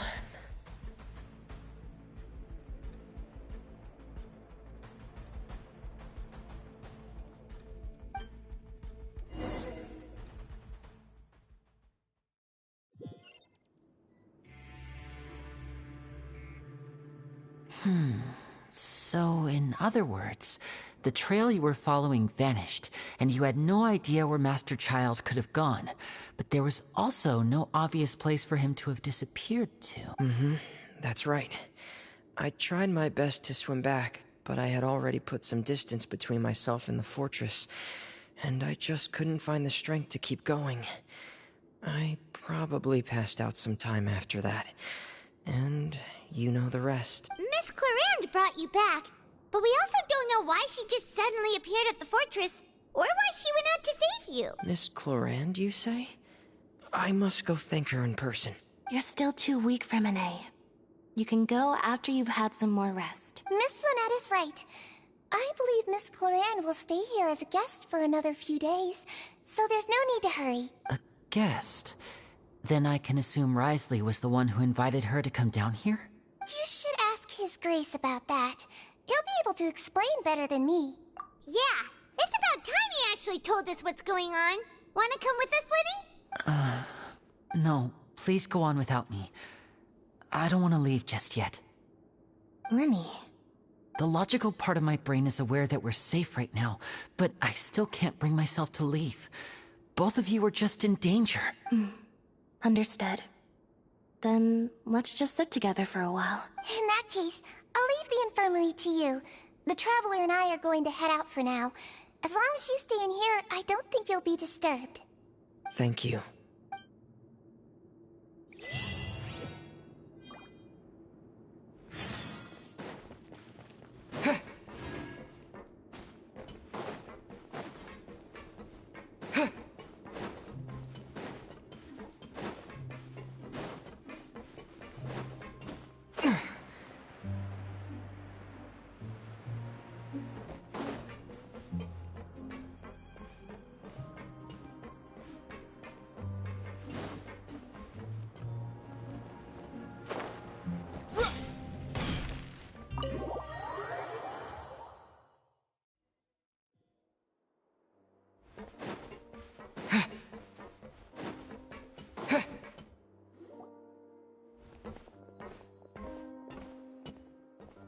Excuse me? I take it Mr. Fremenet's condition has stabilized? Of course. I wouldn't have left the infirmary otherwise. I've been expecting those two, but might I inquire as to the purpose of your visit, Miss Siegeween? I wanted to check up on Miss Clarand. How are you feeling? Mostly fine. If you don't mind, I'd like to perform another quick physical exam. It'll just take a few minutes. All right. Thank you for looking out for me. I'll take my leave for now, then. Well, want to explain yourself, Risley? Of course, but I'm not partial to the word choice of explain. How about enlighten? Where should I begin? How about you start by asking me any questions you have? You can start with whichever one you'd like to get answered the most. Then Paimon will begin. Did you know about Lyney's goals from the very beginning? No. I just knew they were Fatui operatives sent to the fortress by the Knave. As for their specific goals, I only figured those out as you made progress on your investigation. You managed to monitor and stay ahead of them even though you didn't know what they were trying to do? They came here with ulterior motives. I'm quite adept at discerning what that kind of behavior signals. Initially, I thought their goal was just to investigate Childe's disappearance. Lyney suggested that I had deliberately let him escape, but in truth, I didn't really do anything special to help or hinder him while he was here. Everything he did, from finding helpers to leaving this place, he did on his own. Of course, it's inevitable that the Knave would make a big deal out of her fellow Harbinger's unexplained disappearance. I'm also quite curious about where that Harbinger went. So I figured I might as well let the Fatui do their own investigative work. All I care about is the answer. So you were hoping Lyney's group would just do your work for you! You make it sound like that's a bad thing. Unfortunately, things didn't go as planned.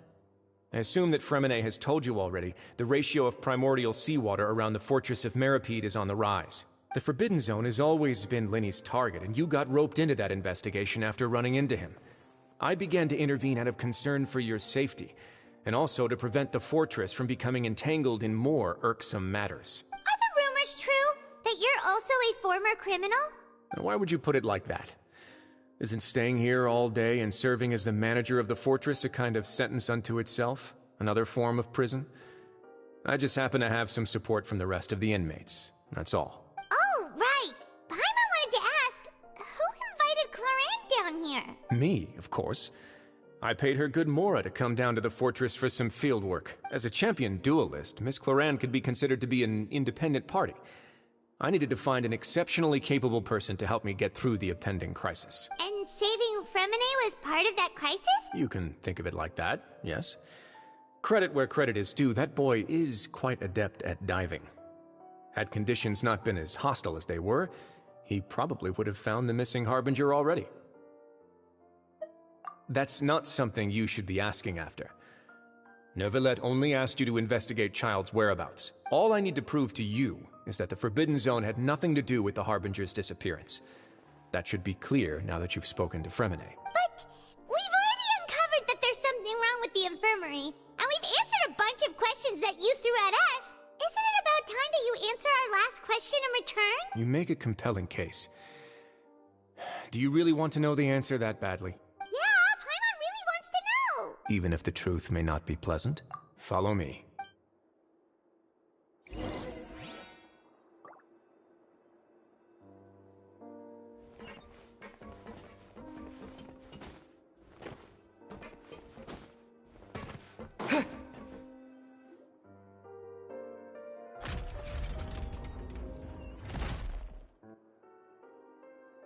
There's a hidden door here? And a whole basement behind it? Huh. You're pretty good at hiding stuff, Wriothesley. It seems you've forgotten just what kind of place the Fortress of Meropide is.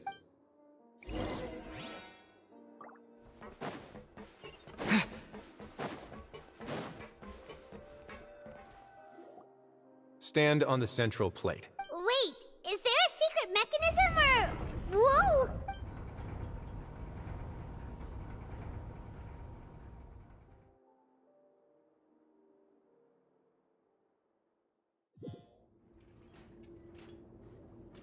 So, this is the Forbidden Zone? Honestly, for a place so well hidden, Paimon sure doesn't see anything special. What a huge door! There are 3 such isolation gates in total. Generally speaking, I'm the only one who's allowed to go inside. Hence the name Forbidden Zone. Am I correct to assume you're going to run on back and tell your little Fatui friends everything? Well, Paimon wasn't thinking of keeping anything from them. Well, I'd advise you wait until you've seen the whole truth of this place for yourself before deciding whether or not to tell them.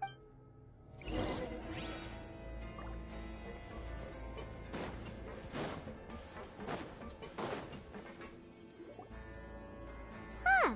So there's a switch on the side. Stand back.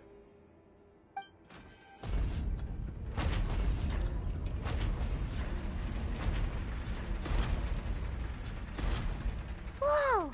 They all just went up one by one! Go on, have a look.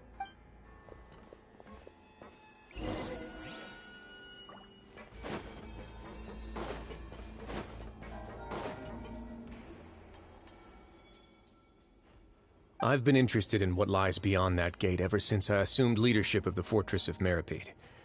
Of course, it would be unwise to recklessly open it, but it'd also be risky and negligent to simply ignore any potential danger that could be behind it. The readings on that dashboard have not budged since the day when I first laid eyes on this place. But over the past year, the needle has crept upwards from its original position, likely because some parameter it's been tracking has changed. If normally I would have ignored it, but I happened to have some free time when I noticed it, so I investigated. Any guesses what the reading could be tracking? Very reasonable guesses. I've considered both of those as well.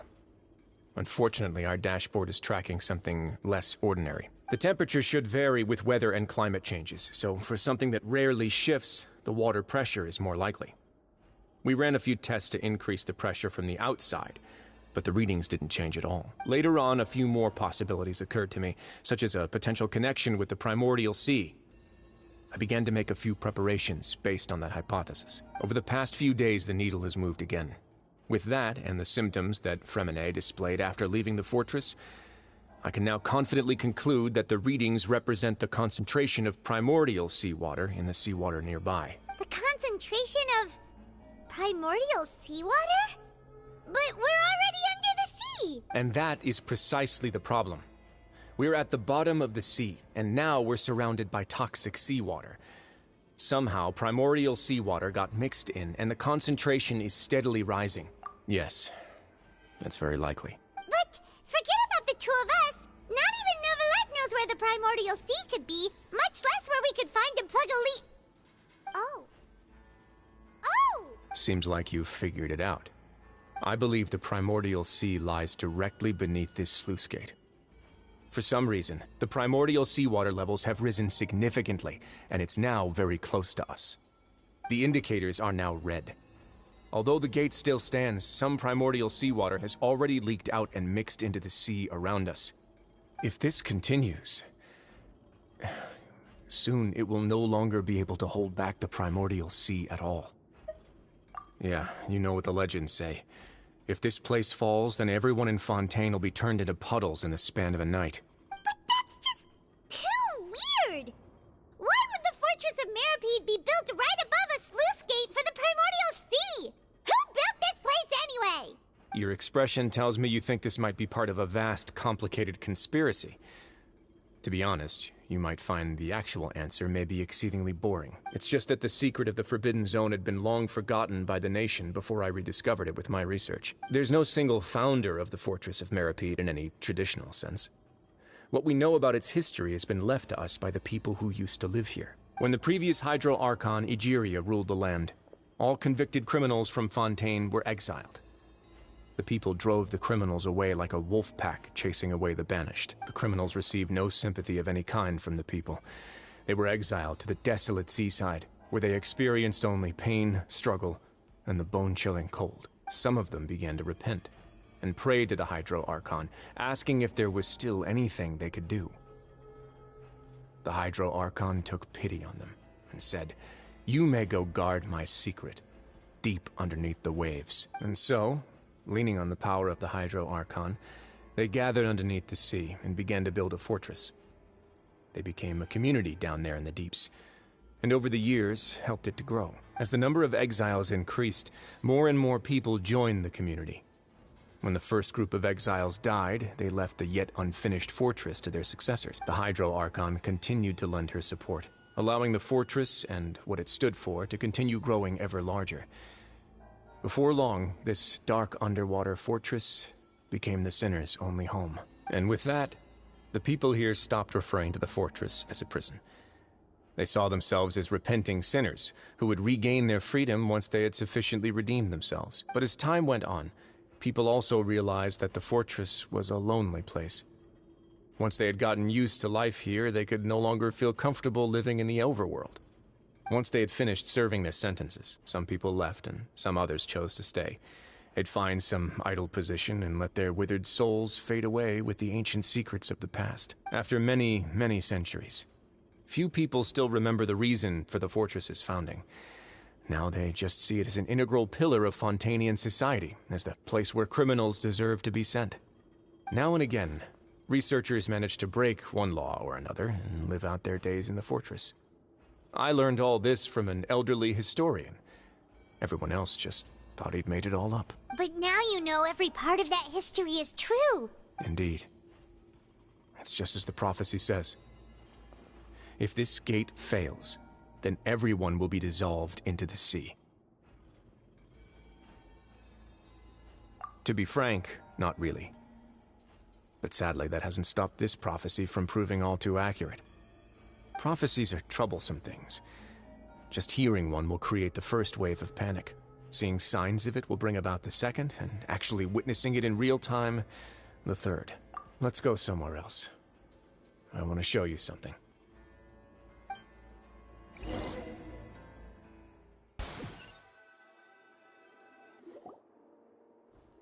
This is it. Your Grace, perfect timing. The results from our last round of experiments have... Wait, Jurier, he's not alone! Huh? Lorvine and Jurier? No need to panic, you two. I've already told them about our plan. What?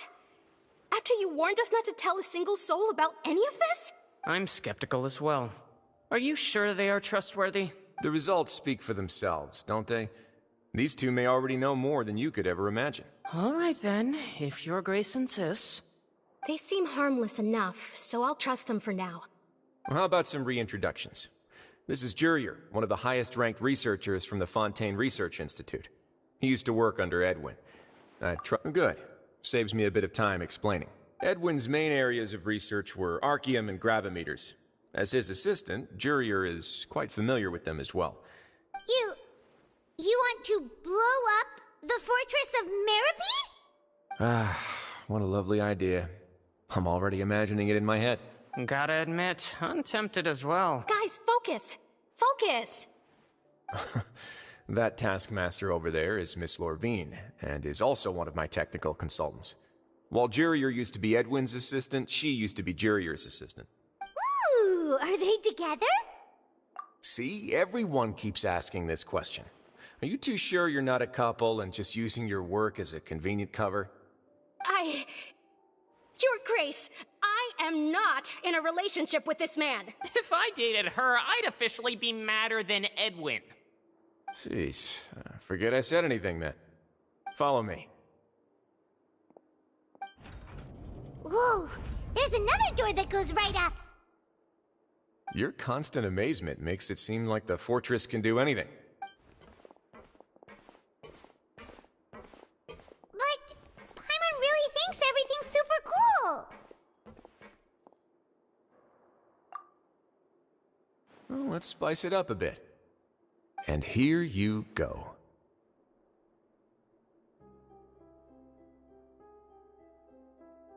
What a huge ship? This is also a production zone that Paimon's never seen before. What's going on? How much do you know about Fontanian history? Not much at all. Well, then maybe you haven't heard the story of ancient Lemuria. To give you a quick rundown, Fontaine used to be ruled by the Lemurian dynasty. According to legend, the Lemurian king Remus came to this land after being inspired by divine revelation and found the seer Sibila, who had taken on the form of a golden bee.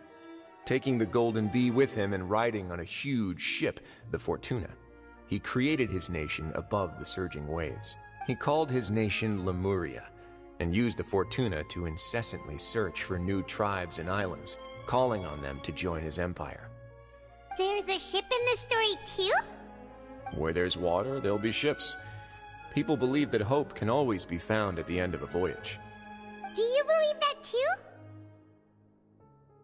To a point, I think.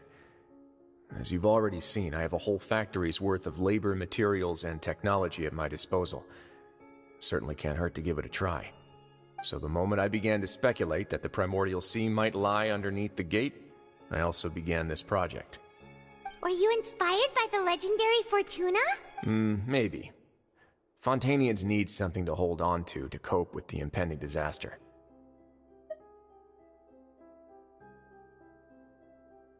Were the workers to find out the truth behind this ship, riots would destroy the fortress faster than any catastrophe. As the fortress's administrator, I'd never make such a reckless call. Alright, that's enough talking for now. I'll need another 3 cups of tea to soothe my throat.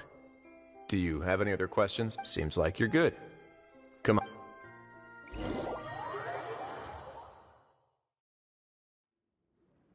I'll leave you here for now. Oh, thank you so much. No worries. But don't forget, it's up to you whether or not you want to share what you just saw.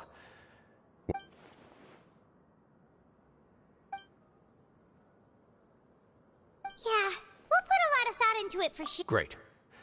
I look forward to what happens next.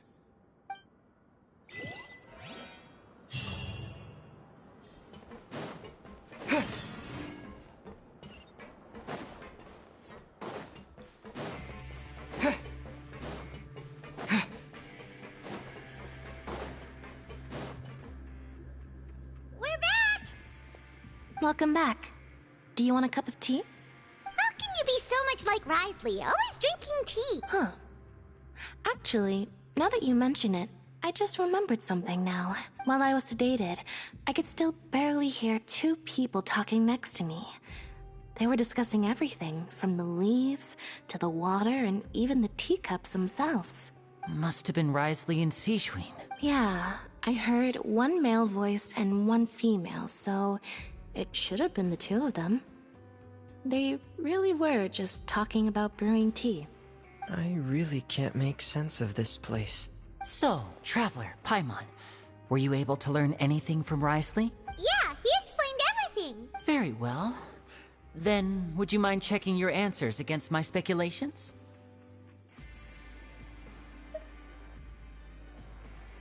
Yeah, I took the time to rest, so I'm feeling a lot more relaxed now. Nobody else is around, and Miss Sigewin is also busy with something or other. So let's just talk here. All right, then I'll posit my theories. I asked myself 3 questions. Firstly, why was Fremine affected by the primordial seawater? It was because he dove into the sea. My theory is, the long-lost primordial sea is probably very close to the fortress of Meropide. Ooh, he's good. He got that right on the first try. That's our Lyney. Secondly, Wriothesley's attitude changed dramatically during the course of our stay here. He ignored us completely at first, then suddenly roadblocked us. Why? I spent quite a long time thinking about this.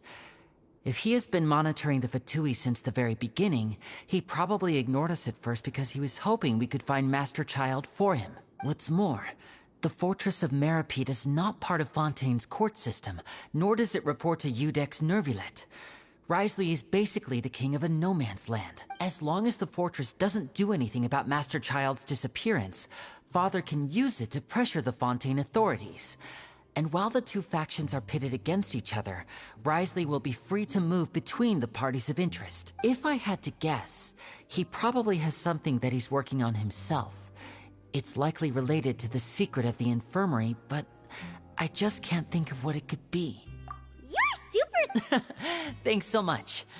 Then finally, there's the last question. If Wriothesley does have a plan, what could it be? All I know for now is that his plan probably has something to do with the changing nature of the seawater. He's even gotten Cloran to help him out. That can't be the full extent of what he's doing.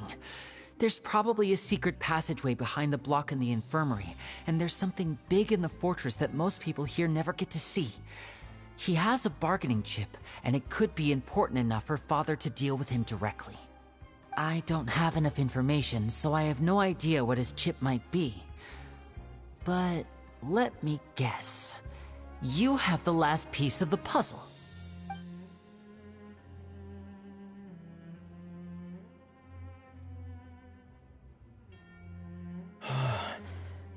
The sea will engulf everyone. Just like the prophecy said. Could Wriothesley have wanted to meet Father to figure out a way to deal with this crisis? If you remember, I once mentioned that Father sees the House of the Hearth as her base of operations, and she truly wants to resolve the crisis. But how could Wriothesley have known that? Or perhaps he didn't know, and just wanted to bring Father over to his side? Which could be why he said he just wanted to negotiate. Yeah, that makes sense to me. I understand your concerns as well, Traveler. I'll figure out a way to pass this on to our father. No matter what, we're on your side. The 2 of you have already aided us far too much. We probably wouldn't be standing here right now if not for you. If you ever need anything else going forward, please come to the House of the Hearth at any time. Though you may not share the sentiment, after all that we've gone through together, the 3 of us basically see you as family now. You have my gratitude. Thank you for protecting Lyney when it really mattered. And thank you for sharing the secrets of the fortress with us. We didn't think you were going to do it. Why are you...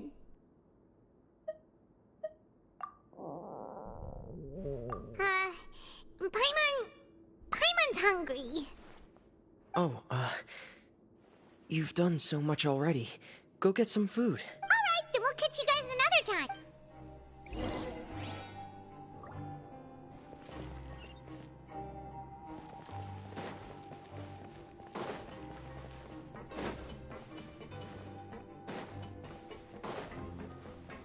Kids these days, you just can't rely.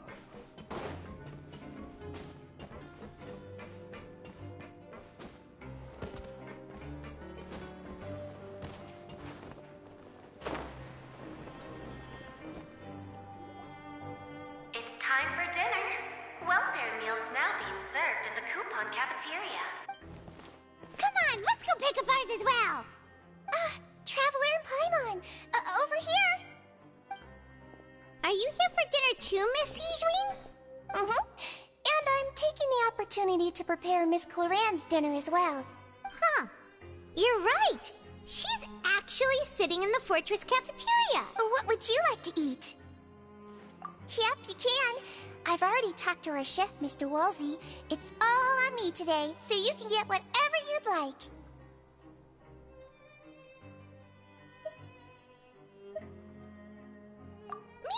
don't forget Paimon!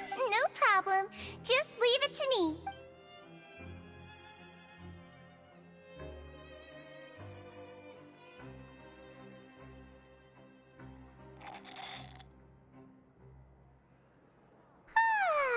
So delicious. Paimon's so happy. Paimon wants to feast like this every day. Feeling full yet? How's the food? Delicious. I'm so glad to see you all so happy. Oh, see, the expression on your face just now? The muscle here just moved, which suggests that you're feeling quite relaxed at the moment. Sigewinne, do you do this to help your patients or to better understand human beings? A bit of both, I suppose. I'm a Melazine, which means I'm very different from human beings. I must know what you're thinking if I want to take good care of you. You're really good at taking care of people. Even though you're so short, you still talk and act like an older sister. Really? You're reminded of an older sister? That's great to hear. Oh, and what did you mean back in Risley's office? When you said that you were protecting Lyney and his siblings as well. Oh, that. I just asked His Grace to look out for those children, especially that diver boy.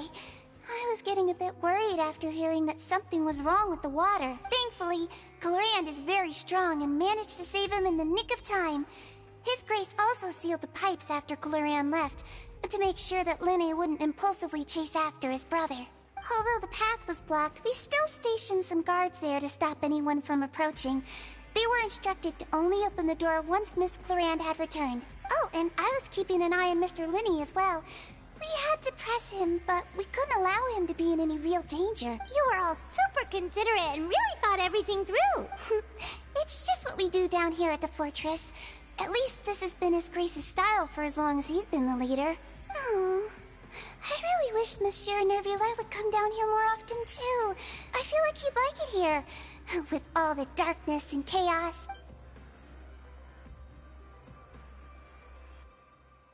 Get a good night's rest, you two. You both worked very hard.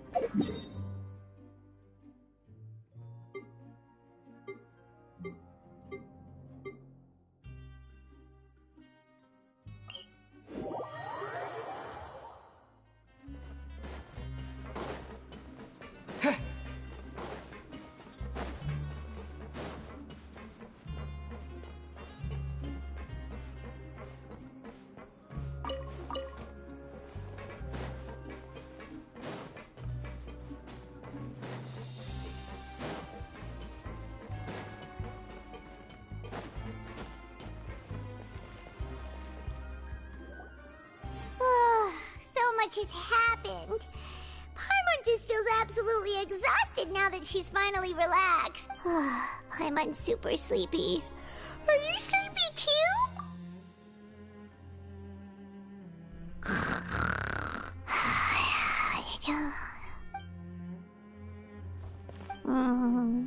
Delicious. Paimon wants seconds for free.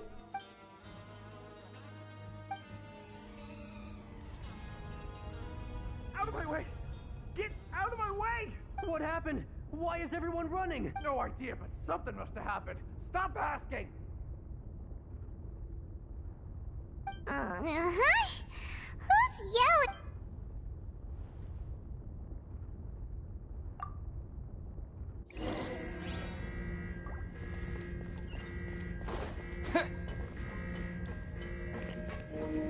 Loose break.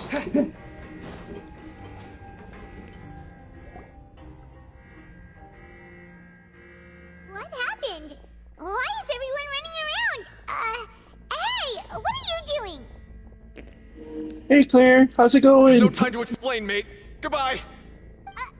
Hey, wait! What's wrong with these people? They won't even talk to us. They're here! Yeah, there you are! Oh, thank goodness! Quisto and Laveroon, do you know what happened here? We came here especially to inform you. Something seems to have gone terribly wrong just now. His Grace is telling everyone to evacuate and get out of here. Laveroon was saying you two are new here and you don't have many friends, so you might slip through the cracks. Haven't you heard all the stories like that? An evacuation is successfully completed, yet you only find out once you do a head count that 1 or 2 people are missing. Wait, weren't you the one who brought that up? Why is it suddenly my idea? Hey, shut up! Okay, whatever. The point is, you should come with us. Yeah, he said to get as far away as possible, upwards and outward. Oh no, it can't be that thing! Whoa, wait, what? What? Hey, where are you going? We have to go find the Duke! You two just go and get out! Go on without us! Hey, hey! Be careful! Attention! Please evacuate upwards and outwards, upwards and outwards. If you're already at the topmost layer, then try to move as far outwards as possible.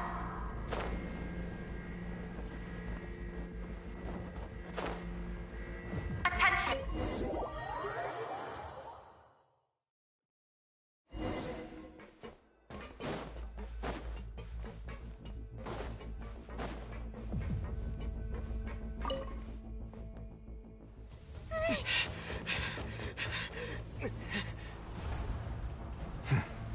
They're here. Just like I said. We have it!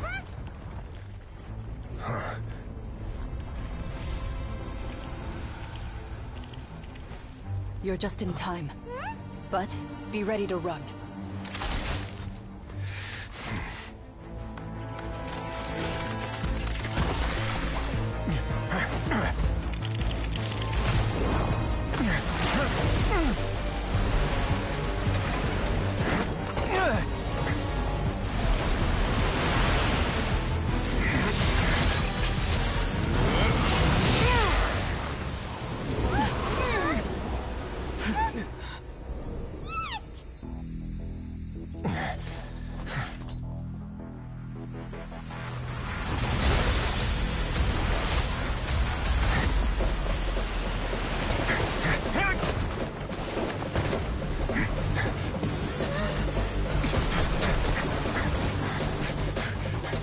Three, 2, 1.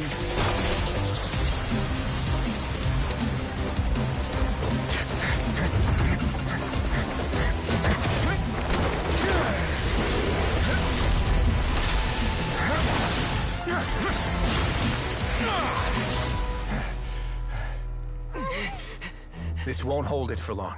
Find Neuvillette. Tell him the defenses are about to collapse. Then what will happen to you? Until he arrives, we're the last line of defense.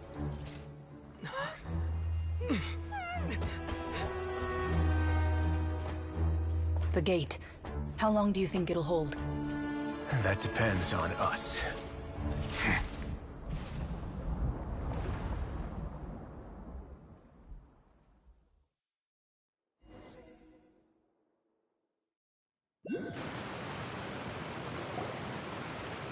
Neuvillette? Why are you here? Traveler, I need you to head to the Opera House immediately. Farina will soon be meeting with the Knave there. You must protect Farina, and make sure she doesn't spend too much time alone with her. Will do. You have my sincerest gratitude.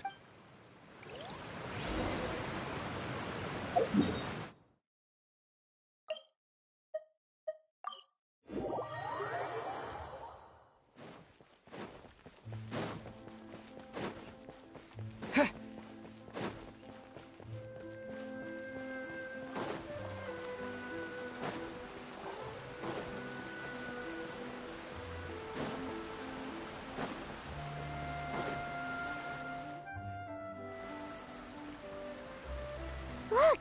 There are a ton of Fatilian Palais Mermonia people over there!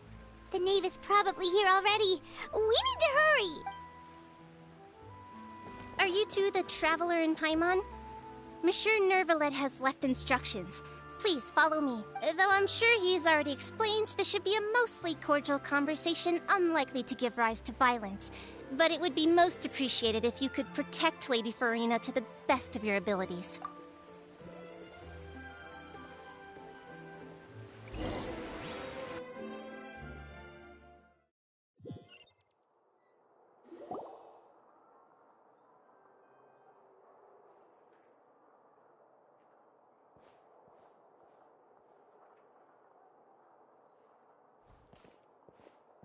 Oh, so you two are the honored guests Miss Farina mentioned. Of course! How could they not attend a meeting such as this? I must always have 2 or more guests at my dessert table. Otherwise, the occasion would be too lonely and unbecoming of my station. It is my pleasure to make your acquaintance, Traveler. I have heard much of your accomplishments. I am the Knave, one of the 11 Fatui Harbingers.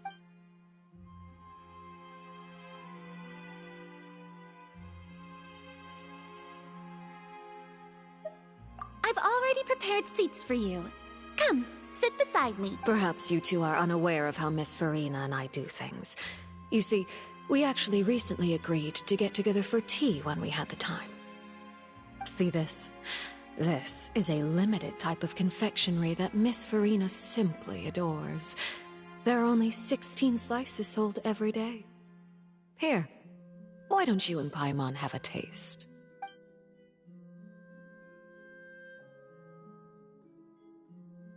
Traveler, what do you think of this cake? That's good to hear. So what Childe said was on the mark after all. You do share a taste in desserts with Farina and I. I wonder how he's doing nowadays. You must have heard, right? He's suddenly gone missing. I'm really worried about his safety, you know. Here's to hoping that he's an excellent swimmer.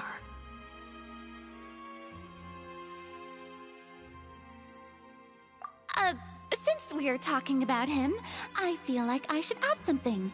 His martial prowess really looked certainly pretty impressive, yeah.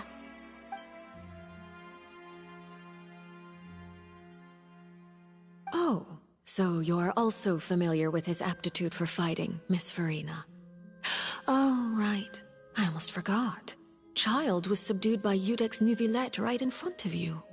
Against ordinary people, my colleague would never be on the back foot. But alas, he just never imagined he'd run into such a person. Coming from you, that's not surprising at all. But I thought you would be happier to hear the news. Of course, but it's still a bit of a shame.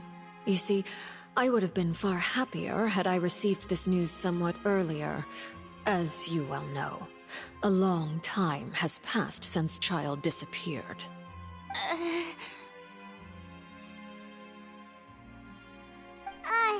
Well, in any case, there's no need to worry.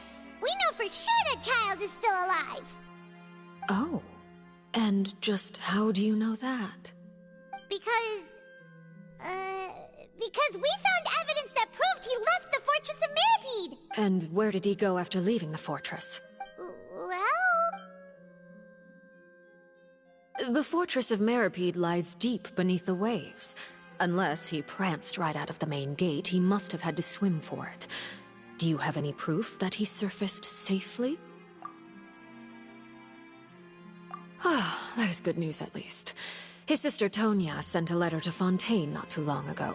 Since he was unfortunately unavailable, I picked it up on his behalf. Do you have any idea how he usually writes back to his family? Dear Tonya, your letter made me feel like we were still enjoying our time in Snezhnaya together. I'm currently admiring the scenery on the streets in front of the Opera House. Is it something like that?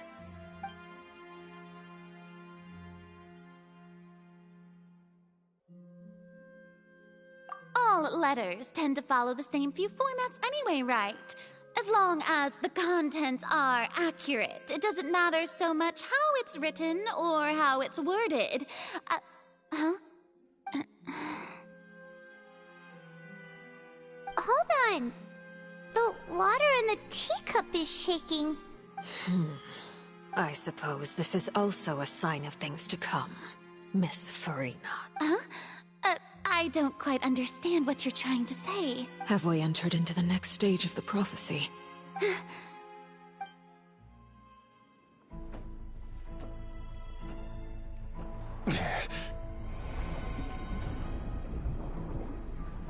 My thanks to you both. I will take it from here.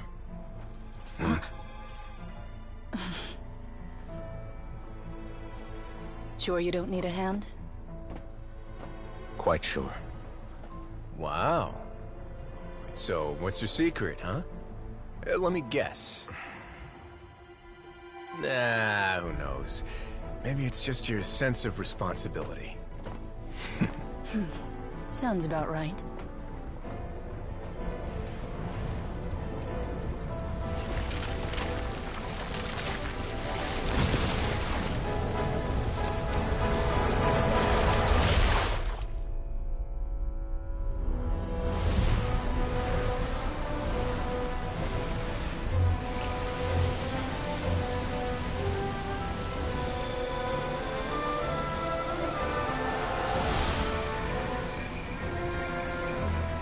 A day may come when the prophecy is fulfilled, and the waters burst forth. But it is not this day! This ancient power could easily obliterate an entire race. A tsunami of fury would unleash endless catastrophe.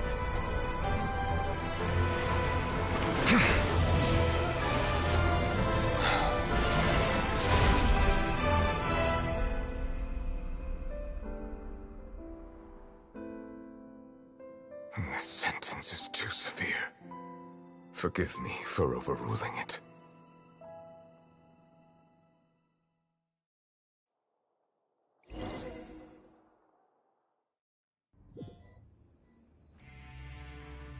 All right. Seems like the problem inside has been suppressed. Let me guess. We're safe for now. Indeed. But only for now. I win this bet. You owe me a present. Very well. It was indeed just as you said. You made a bet? We made a bet on the size of your entourage. Cloran thought you wouldn't come down by yourself. I figured you would have at least brought a few people along for appearance's sake. It appears I underestimated just how confidential the mission was. Shouldn't you have gotten used to confidential missions by now? That's just how the courts operate. So what gift must the loser give? Tea? He already has tons of tea in his office. I'm thinking about a set of legal codices. That wouldn't happen to be a dig at my lack of legal awareness, would it? Well, I'm sure His Grace doesn't consider the fortress to be outside the law. I was under the impression the residents of a place like this would be uninterested in the legal codices. That was obviously a joke. Anyway, you've still got some unfinished business to attend to in the overworld, correct? No need to stay here if you have a pressing matter. We all know you can't leave Palais Mermonia for long. Thank you. I hope everything went smoothly with the Fatui Harbinger.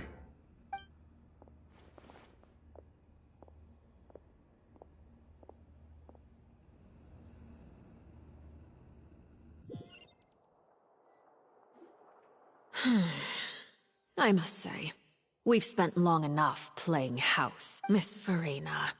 As the Hydro Archon, I am sure you understand the exact meaning of the phenomenon we just witnessed. Or should I say, that's what I originally thought. But looking at your expression, was I wrong? And you haven't a clue? What are you trying to say? At this point, I don't think there's any more need to speak as diplomatic representatives. Allow me to speak to you now as just a Fontanian. You know the prophecy by heart, and also that every part of it is being proven true. Yet, Here you are, relaxing, drinking tea, and eating desserts as if it's all nothing more than a few stray bugs in your garden. Do you really think that's acceptable?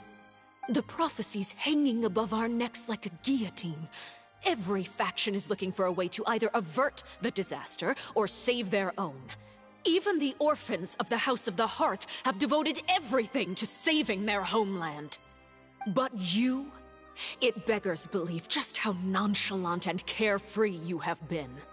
From the very beginning, you, the god Focalor, you have utterly failed to take action. You're wrong. I've never ignored the prophecy, nor have I just been passing the time in self-indulgence. Retract your accusation and stop doubting the wisdom of the gods with such absurd conjectures! I am not alone in my doubts, you know. All the children of Fontaine may be harboring the exact same thoughts right now.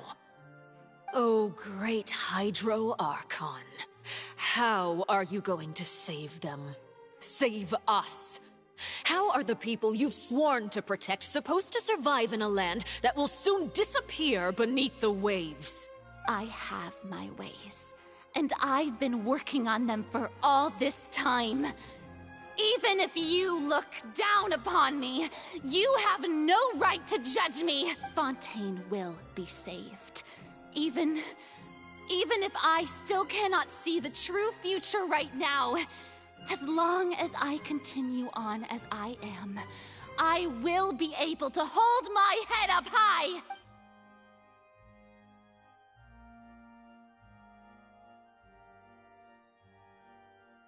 Then I ask you, Miss Farina, just what have you been working on? Where can we see it, and what is it doing to help?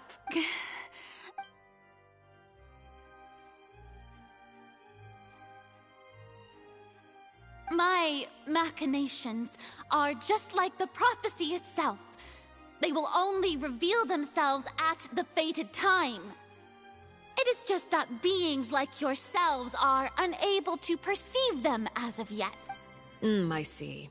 As a god, the proof of your labor always lies beyond prying mortal eyes. Allow me to be so bold as to ask another way. Would it be possible for you to tell us the parts of your plan that are not confidential? Such as your emergency response plan for the impending disaster? An emergency response plan? Oh, that look in your eyes. Have you not even prepared one of those? The emergency response plan is also strictly confidential.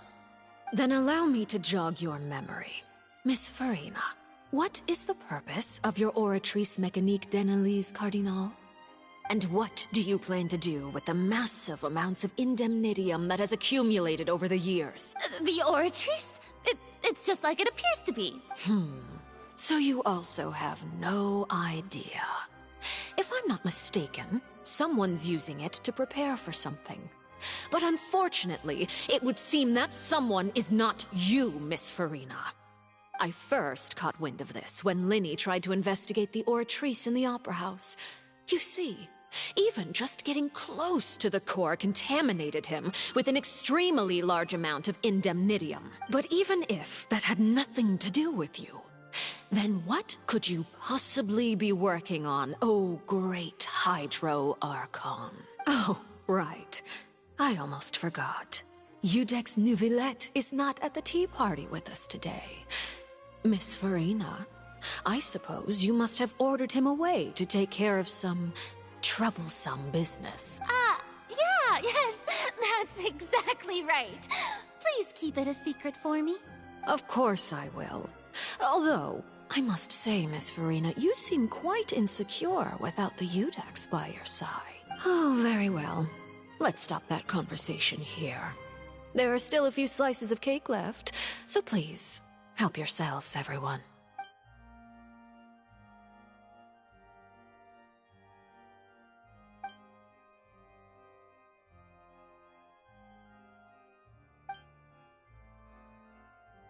Traveler, I heard that you were recently commissioned to handle a few matters on behalf of the Eudex. Why don't you take an extra slice of cake? Those who work hard deserve gratitude and praise. You too, Paimon. Thank you. Paimon will take you up on that offer.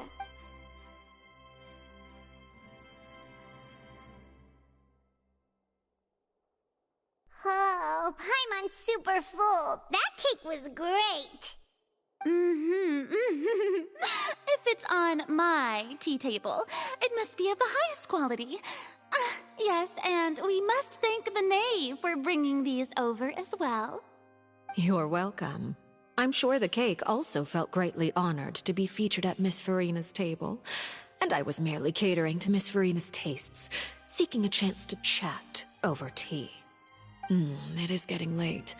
Why don't we call it a day? There are still a few matters that I need to take care of, so I must take my leave now. Very well. We'll end it here. Mind seeing me off, Traveler? We could use the opportunity to discuss Childe before I must be on my way. Paimon's coming too!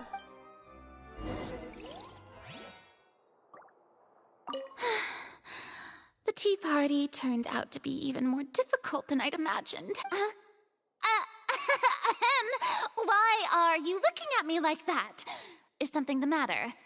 If there's nothing urgent, then I shall be retiring for now.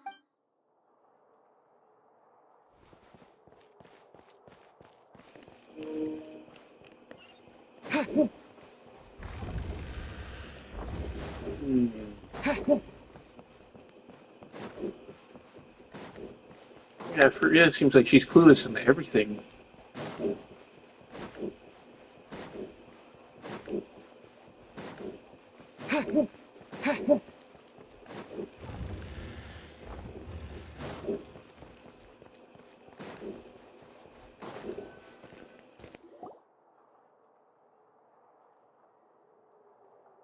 I'm glad that you were willing to come with me. Of course, Childe was just an excuse. I have no interest in your dealings with him. That's what Paimon thought. You lent your aid to the children of the House of the Hearth. As their father, I would like to express my gratitude. That was all. Formal topics should be discussed in formal settings, and informal topics in informal settings. I know you just returned from the fortress of Meripede. Relax. I have no intention of trying to get anything out of you. Lyney, Lynette, and Fremine are still there, and I trust their judgment and abilities. They've all been working very hard and have always done all they can to fight back against anyone who tried to stop them. Especially Lyney. You mean Wriothesley. He's a tricky one to deal with. It's unfortunate that Lyney's so eager to prove himself that he can't learn to rely on others, including me. By the way, and you can just consider this a bit of idle gossip, but what's your impression of Farina? You are outside of our disputes, and the freest person in all of Fontaine, able to move around most easily. Allow me to share my perspective with you. And that's everything that happened during the trial. Master Childe was declared guilty and immediately transported to the Fortress of Meripede. Didn't he say he was coming here on vacation? Does he not feel an ounce of shame for all the trouble he has caused? Forget it. He did give us an opportunity. I will be meeting someone shortly. Do you require help with any preparations? No need. I will take care of it myself. I need to meet with Farina, the Hydro Archon. She is at the heart of Fontaine. But what's fascinating about her is that she often seems more like a celebrity than a working Archon. Oh? Come over here, you little critter, you! You dare to run from me? Stop right this instant! My goal is just to discover the location of the Gnosis. But I didn't expect the chance to approach Farina to be handed to me on a silver platter. This is so easy, it's actually making me a bit suspicious. Anything left unguarded is usually just bait. But no one will blame someone for taking the bait. After all, from the moment it was attached to the hook, the bait is meant to be sacrificed. It's just as I guessed in the second before I struck. The Hydronosis is not currently held by the Archon. In fact, This Archon doesn't seem like a god at all.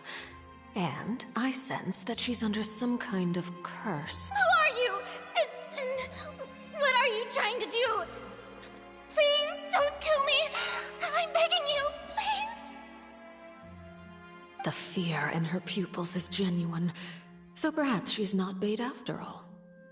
Either way, targeting her has lost all meaning. I left the scene with ease. Nobody came looking for me, and nobody could serve as a witness to my near assassination of Focalor. I suspect even Farina dares not mention this incident to anyone. Not long after, my informants confirmed what I had guessed. After returning to her quarters, Farina quietly cried alone. She was so scared that she could not sleep that night, nor could she even bring herself to eat her cake. There's no doubt that there's something wrong with her.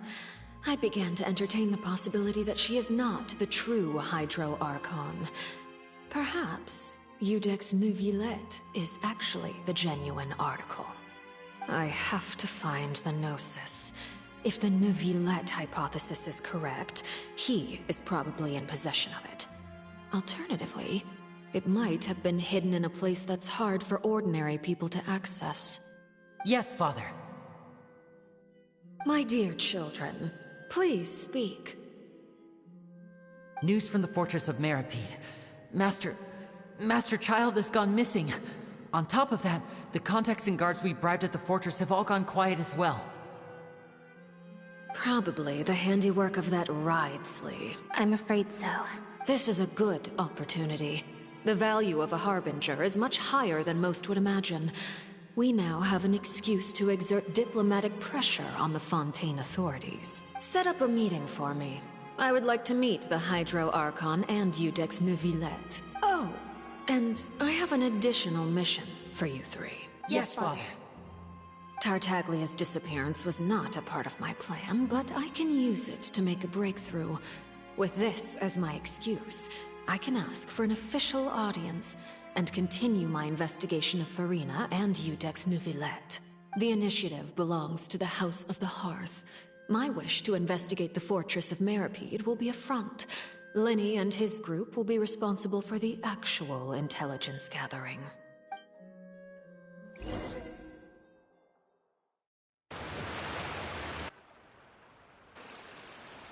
You should know the rest. Lyney's group is quite close to you, so they wouldn't have hidden anything from you.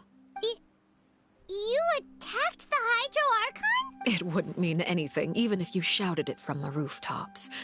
After all, even Farina herself is still pretending that nothing of that sort ever happened. Alright then. I've now had 2 chances to enjoy tea with Farina.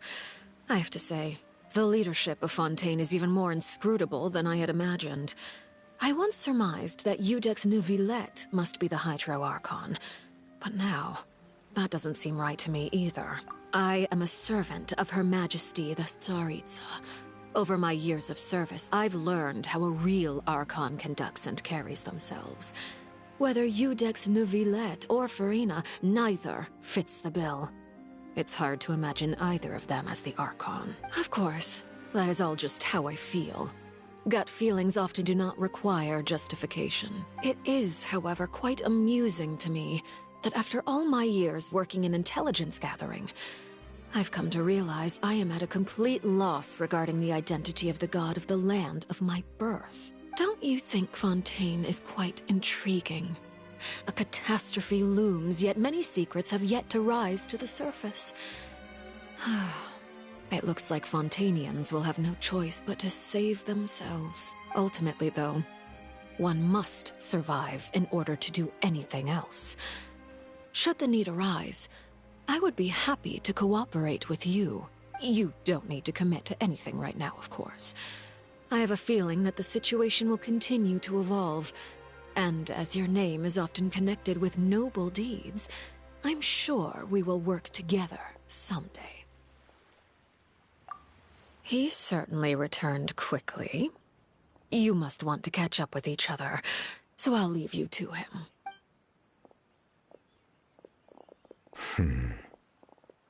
Neuvillette, Is it over? For now, yes. But this issue will prove quite thorny in the long term. I'm concerned that sooner or later the prophesized events will occur. Thank you for protecting Furina. To put it simply, I used my power to force back the primordial sea and reseal the sluice gate.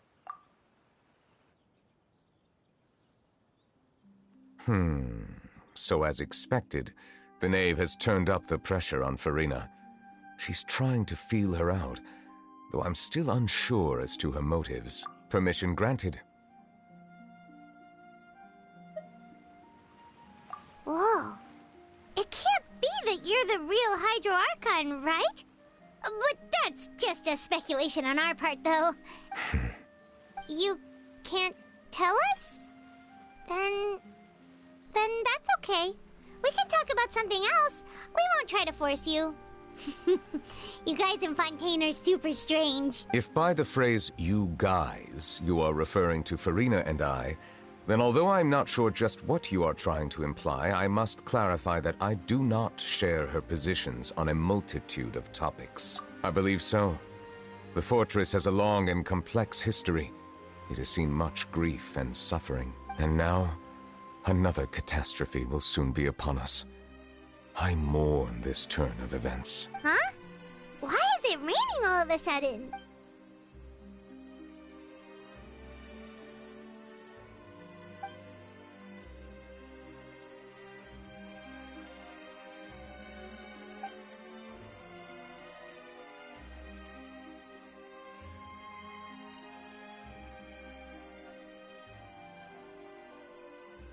You may be closer to the truth than you think.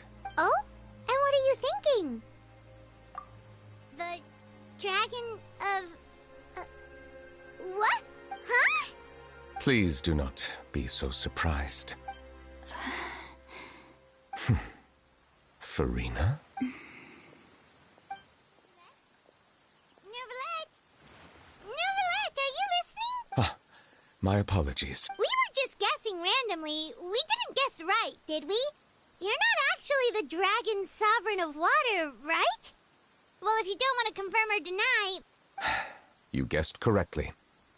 I sincerely hope you'll be able to keep this a secret for me. Right, of course. We'll definitely help you keep it a secret. There's still something Paimon wants to ask you, though. Please, go ahead. Well, if you are the dragon sovereign of water, and you were able to force back the primordial sea from the fortress, then since Fontaine's prophecy is all about seawater, couldn't you just use your power to solve the crisis? None of the currently living dragon sovereigns in the world, myself included, possess our full dragonhood. They say that when the first usurper arrived on Tivat, they seized a part of the dragon's power. Today, that stolen power is the basis of the Archon's authorities. There are 7 elemental Archons and 7 matching dragon sovereigns. The dragon sovereign of water who lived through that era perished a long time ago. As their successor, I know far less of that part of our ancient history. In any case, I believe I will not be able to do much unless the Archon disappears and returns their elemental authority to me. Given the status quo, however, I would recommend finding another way to deal with the prophecy. Oh, so even you can't solve it. I still have some urgent matters to attend to at my office. If you have any more questions regarding ancient history, you are welcome to discuss them with me at a later time. Please go right ahead. There's a place that Paimon wants to go too. Traveler, why don't we pay another visit to the Fortress of Meropide? Paimon is a little worried. We'll see you another time. Take care.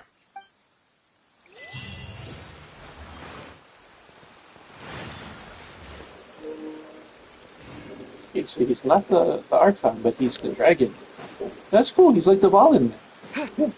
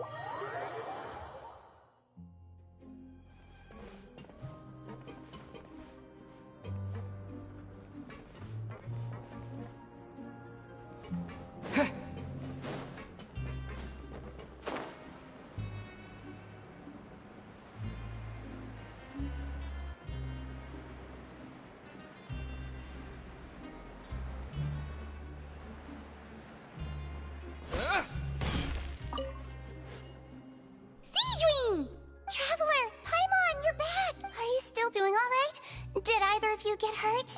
We're fine, but what about you guys? It was such a huge mess. How bad was it? A few people sustained superficial injuries, but that's about the extent of the damage. Monsieur Nervulette paid us a visit. It was all thanks to him that we managed to suppress the crisis for the time being. Of course, we must also thank you for the help you provided. How did Nervulette know that he was needed here? Well, Monsieur Nervulette has strong resonance with the hydro element.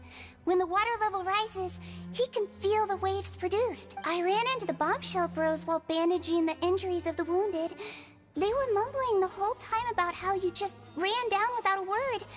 I'm so relieved to see that you're both alright. If you're not too pressed for time, please stay with us a few more days. Just let me know if you get a craving for any particular dish, so I can have Mr. Walsey get your meals prepared. Oh, and please feel free to visit the infirmary for a break at any time. I'd like to take the opportunity to spend some more time observing your facial muscles as well. Your happy smiles are quite contagious, you know. They're so memorable, and I've missed them immensely while you were gone.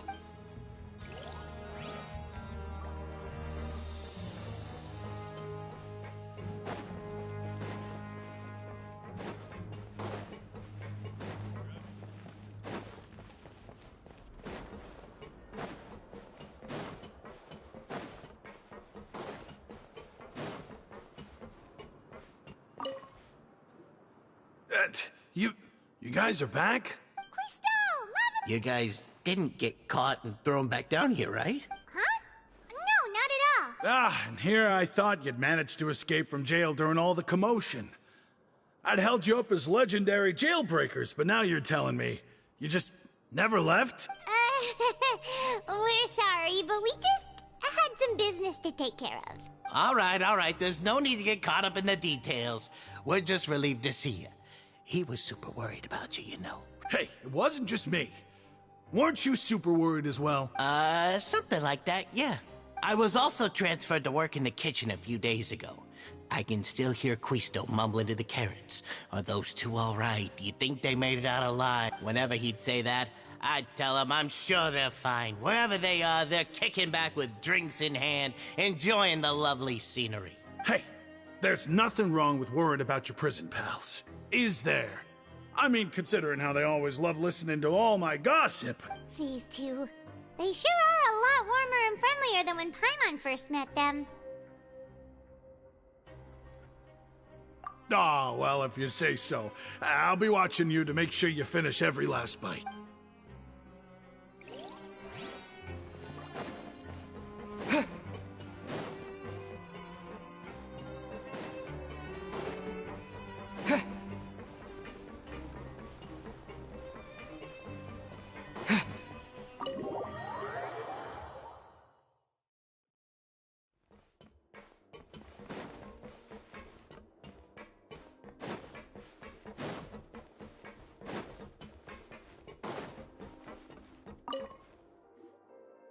Courier? Miss Sijouin told me you still haven't eaten. Yeah, I was working on something, so I forgot. That's no excuse for... Huh? It's you two. Courier! Lurvine! We're back! Hello there. It's been quite the mess here recently. How have you been?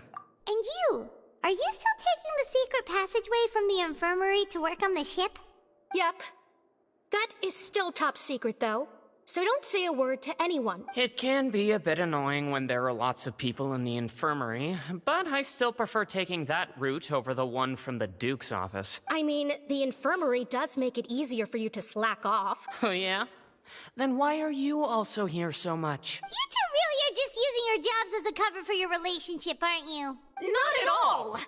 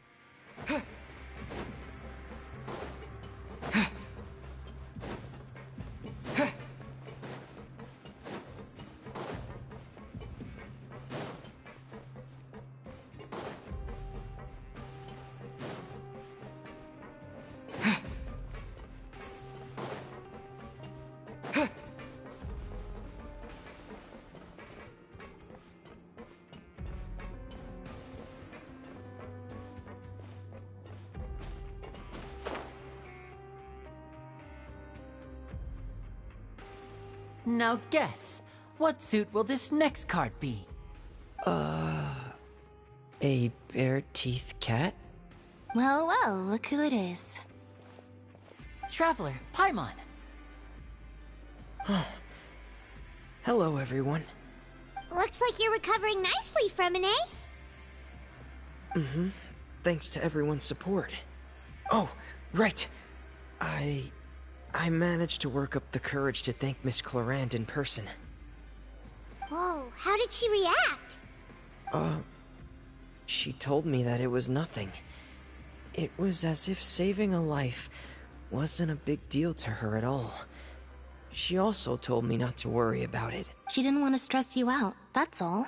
She's right, and it's best not to dwell on it. Yeah. Okay, but check this out. We went back to the Opera House and we met the knave. You met Father? Did she say anything to you?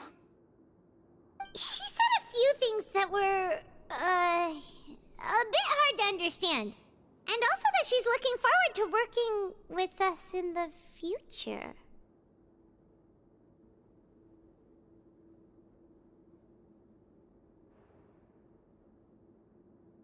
Her attitude towards you is even better than what we'd imagined. That's fantastic. You should believe her. She has her own way of doing things, and she'll do everything in her power to help those she considers close, which now might also include you. Mm-hmm. Father is very capable, and also trustworthy.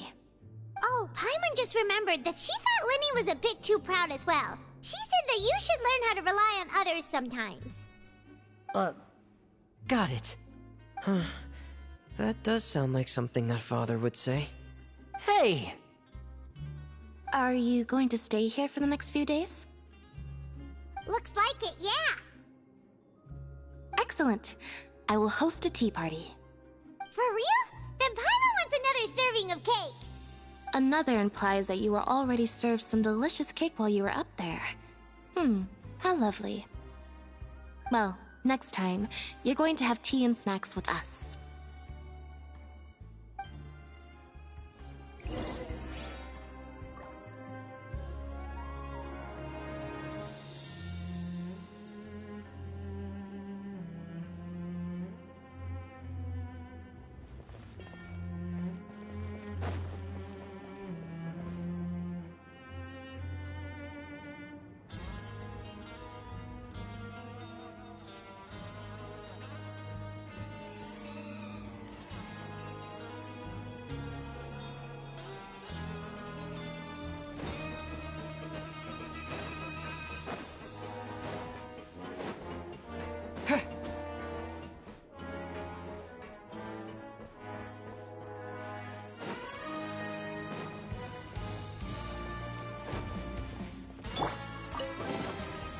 That's what I call treasure!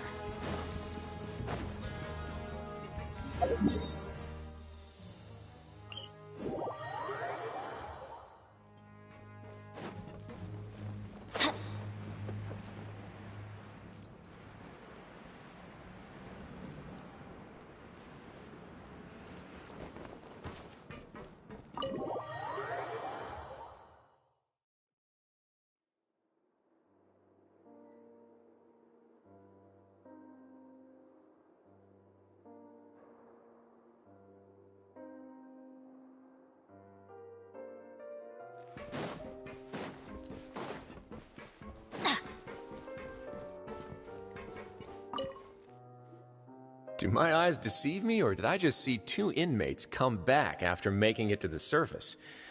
Some strange winds blowing of late.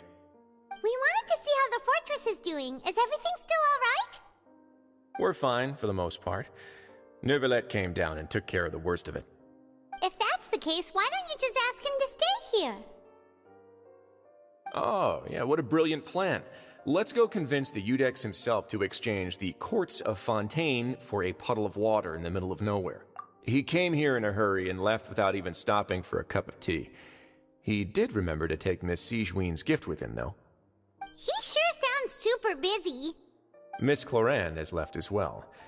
She also took her gift from Miss Sigewinne. Were the gifts milkshakes? Neuvillette got the milkshake. Clorand received lipstick instead. Those aren't even remotely alike. Well, it's Nervilette's own fault for making Sigewinne worried about his health by working so much. But besides that, our head nurse is still pretty fond of picking out beauty products for the ladies. Oh, and I have some gifts here for you as well.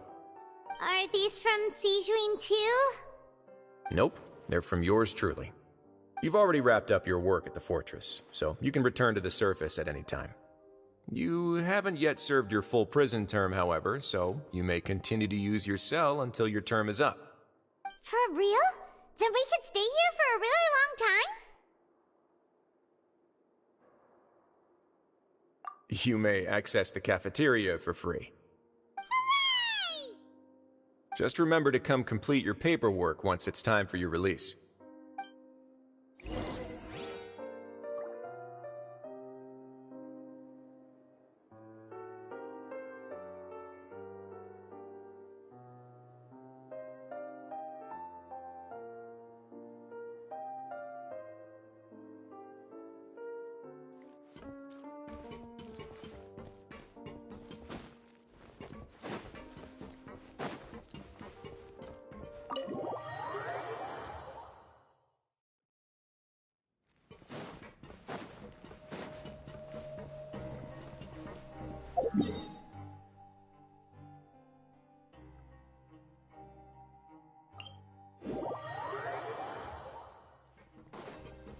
Adventure time!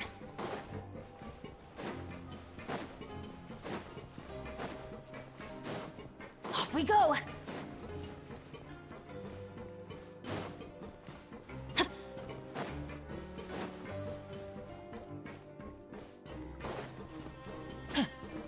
Adventure time! We're back in our cell again. We're no longer prisoners though, so it really doesn't feel the same. Sure feels that way.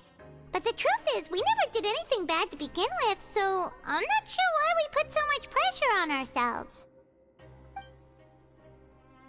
Huh? How did you know?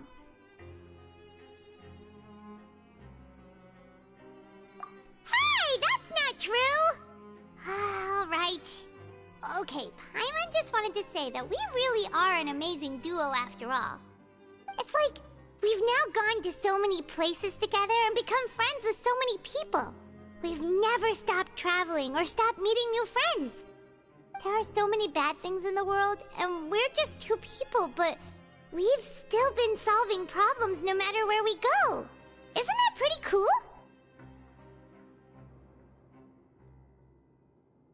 You're counting Paimon today? Aren't you the only adventurer here? Then let's ask Catherine to give Paimon an adventurer handbook as well. Paimon will also be an adventurer from today forward. Just our thoughts making Paimon giddy.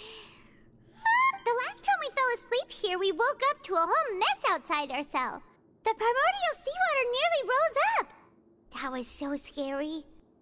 We should be safe now, right?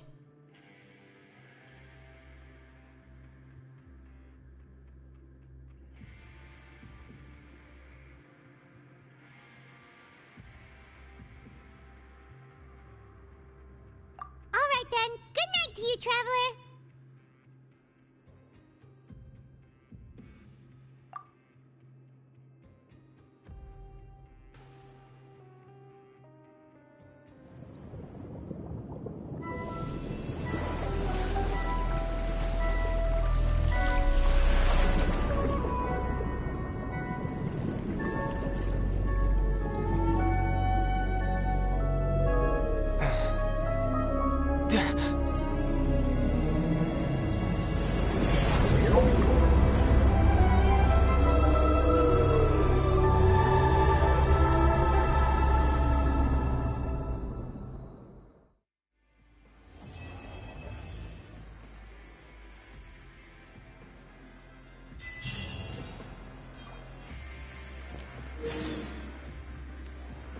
Ooh, that looks like that's the end of Act 4.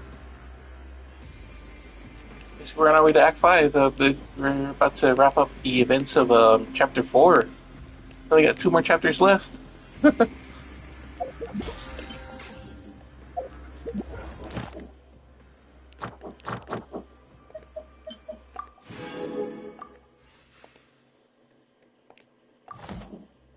We got another wish. And the good thing about this game is that you don't have to stay here. You can always leave. It's not like you're stuck in the prison the whole time. Speaking of which, I gotta go to my Serenity house. There's not much here. I really haven't been creating anything, sadly.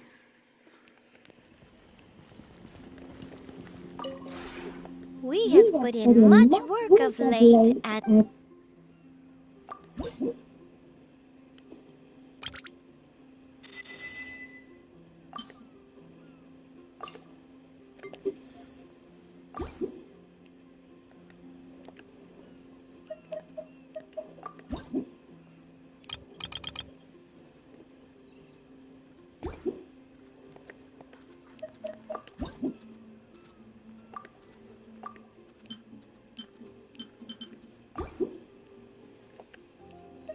If you ever...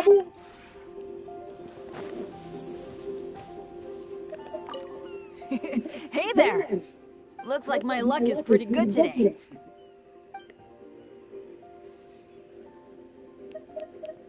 Morning! A new day, Yeah, this is one of the reasons why I say that we don't actually collect them, we just take their powers.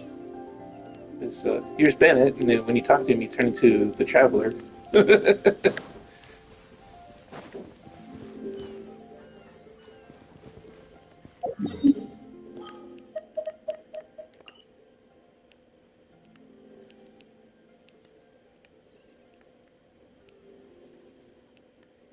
Benny's Adventure Team, assemble! Oh, I finally also got that NRA thing I was looking for the last time. And funnily enough, I forgot to even equip it.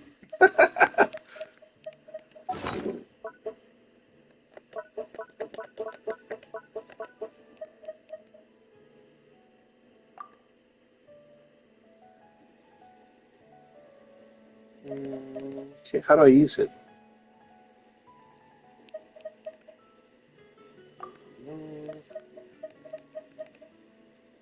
Equipped.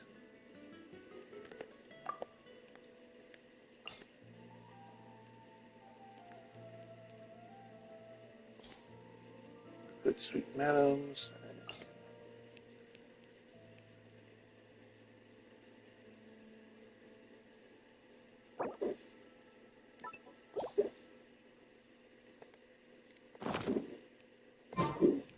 There we go. Wait, I don't think I equipped it. I don't think I equipped it. Sorry, I spoke. There we go.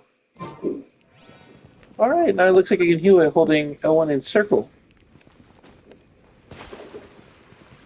Instead of having to rely on having to travel to those big waypoints. Today's recommendation... You know, I feel like I haven't even fought anything in that entire chapter. I was just running around. Ad Astra Abyssal. Oh, they're still not ready. Let's go beat some stuff up while we wait. Or while we hang out.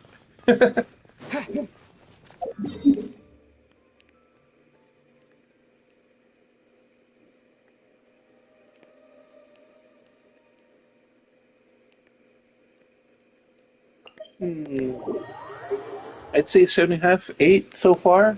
I really like it, but there's some times when it does kind of lull, and unfortunately, poor Furina, like, I guess it's just the way she's written. I really don't care for her. Yeah. Like I said, 7.5 to 8 out of 10. It's fun, it's engaging, but it definitely could use some, It'd probably be a lot more awesome too if I had the characters that they have, like Risley, Nuvalette, and Navia.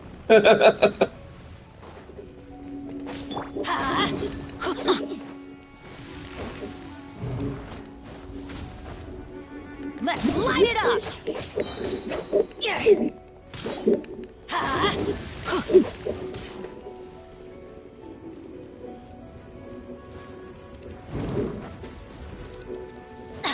Everybody stand back! Let's... Why did I do that? That thing's immune to water. Or to electro, I don't know why I did that. Summon Oz. Adventure time! Huh? Wind blade!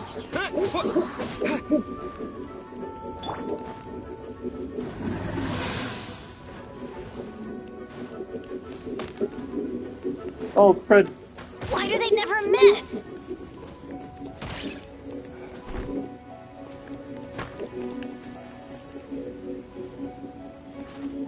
Oh, wait, it's a good time to use my thing. There we go.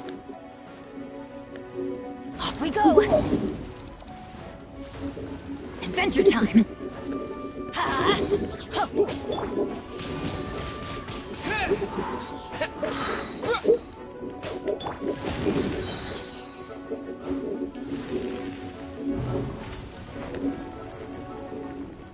Jump back up in the air. Do a few squares at me. Off we go! Let's light it up!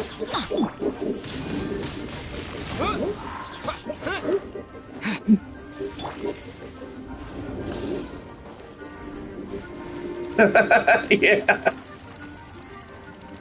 I've been at Los to say Adventure Time. He's a fan of the show. Adventure time! Oh, there he goes again.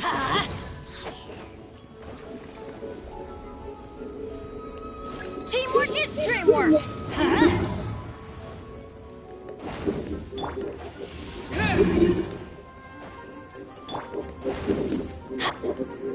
Disappear! Let's dance. Oh, dang it, it got back.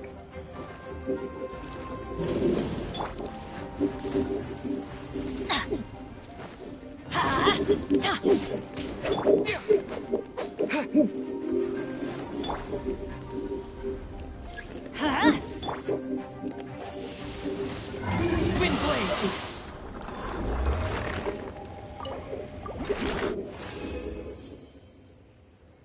I need these for official.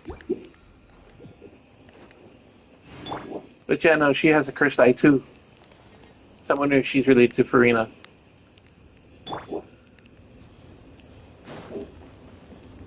Oh yeah, like I said, she sounds just like her too. If I let her stand here enough, she's gonna start talking.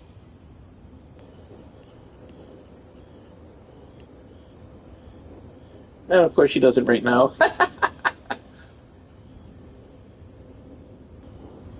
I created another universe and founded paradise. For I, Fischl, and the Prinzessin der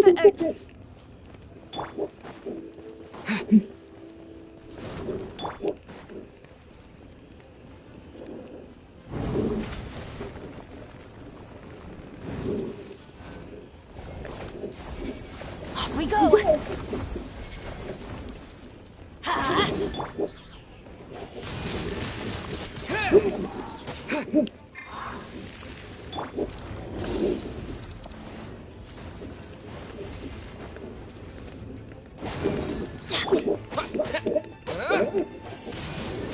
Wind blade!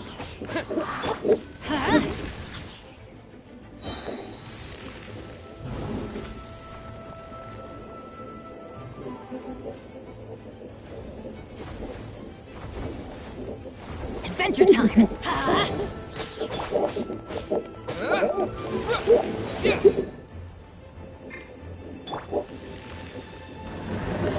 Off we go!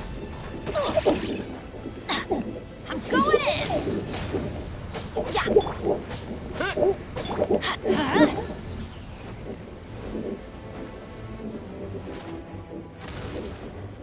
Let's light it up!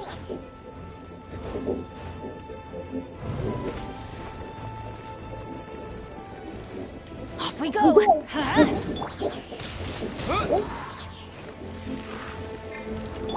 That's gonna hurt in the morning. It had so much stamina. Why didn't he dash? Teamwork is dreamwork. Let's light it up.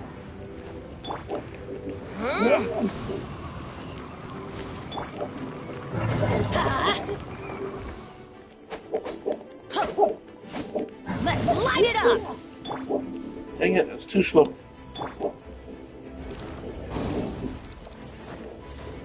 Let the show begin. Windblade! Let's light it up.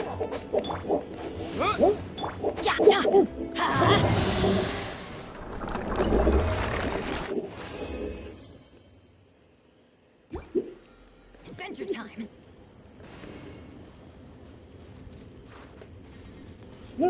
We should go, we'll go beat up a child.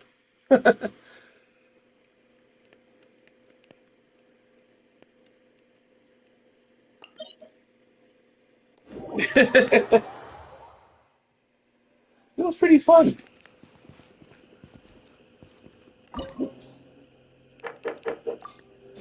It's just we're just doing a mock fight anyway. This opportunity is quite hard to come by. Well then, amuse me. Surrender is a valid option. I promise I'll be gentle. Not bad. Off we go. Not bad. You've got a trick or two. Adventure, I'm going in. Let's light it up.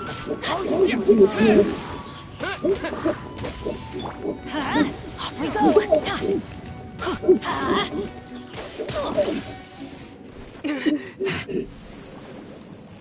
Yeah, that's the guy we're looking for right now in the prison.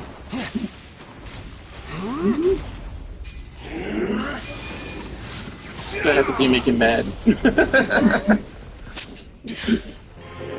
Your strength is praiseworthy.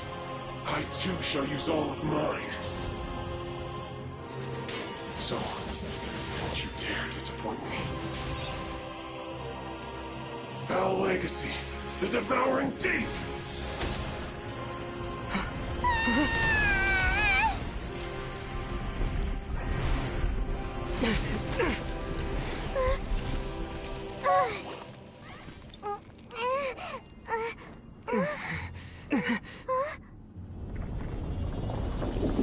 Nice!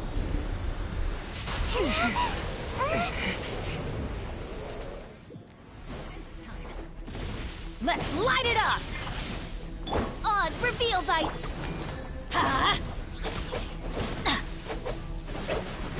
The $8 win. Oh, I love it.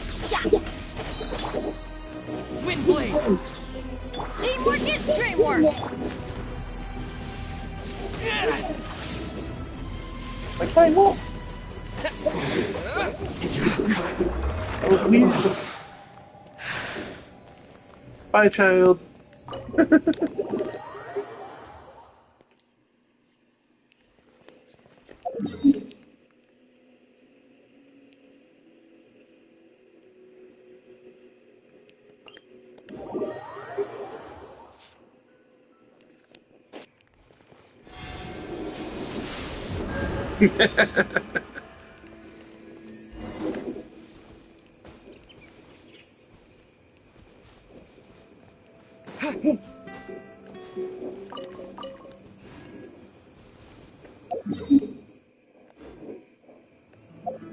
Oh, they start to burn fireworks right now.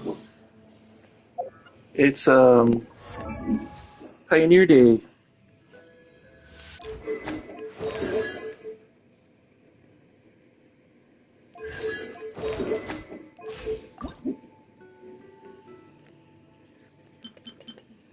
So she needs a lot more of this. I don't gotta fight that purple box no more. Well, maybe for that purple gem, never mind.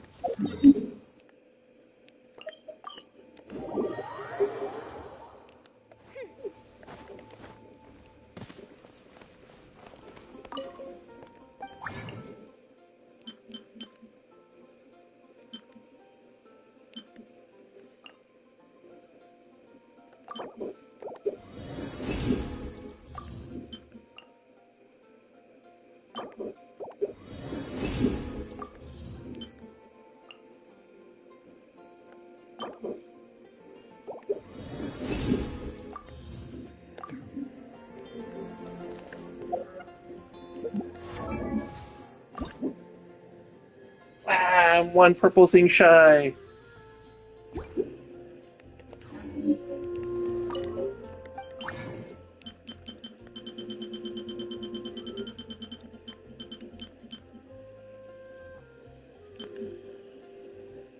Oh my goodness, I'm gonna need a whole bunch of these. At least 7. To make 3 of these, to make 1 of these. I need 7 more. So I still do have to fight that box.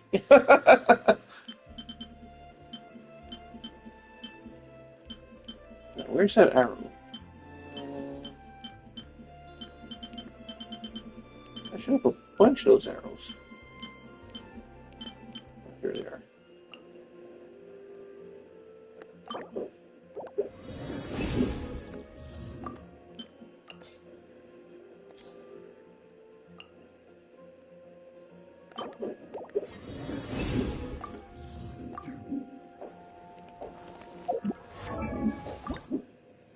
I created another universe and found She a needs a few more paradise. arrows and Official. one more And of the that princess purple and different. ones.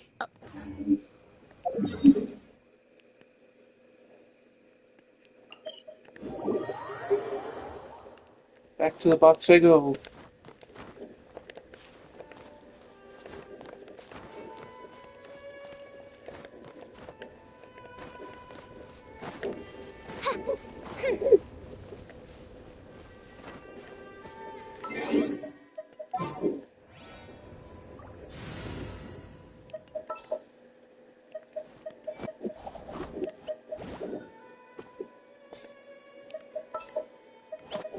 I can't wait any longer!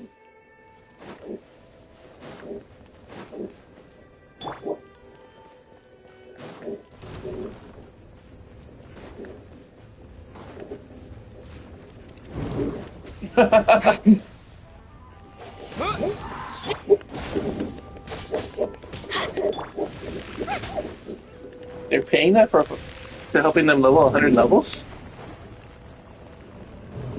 Race you!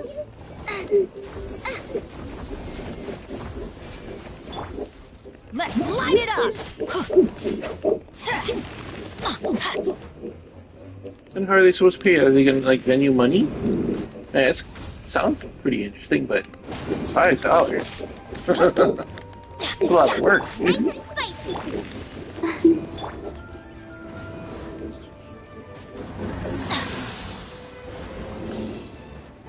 Off we go! Huh?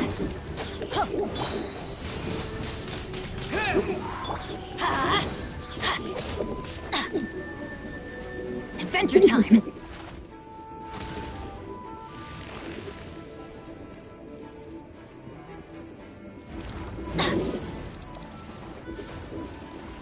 Off we go! Everybody stand back! Let's... Boba, get them!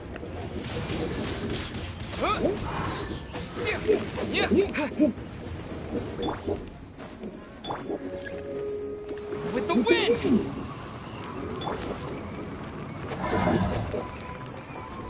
Out of the frying pan, into the fire!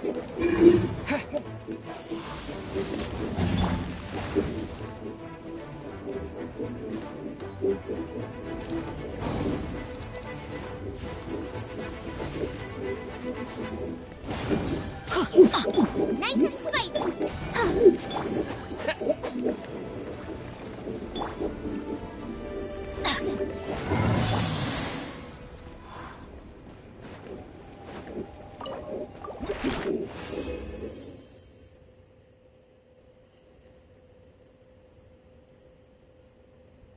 I need 6 more of those blue purple things. 6 more of these.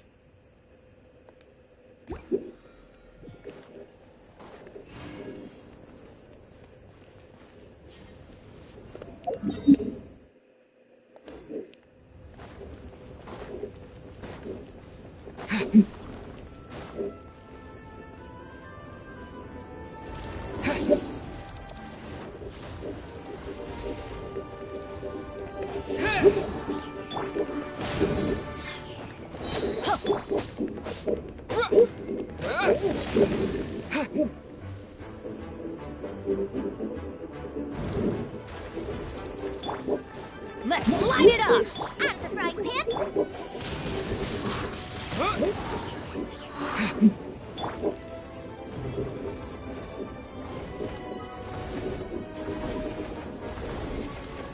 That would be awesome. I mean, I'm pretty sure a lot of people would be down for that. Adventure time! I'm going in! Huh? Eat this!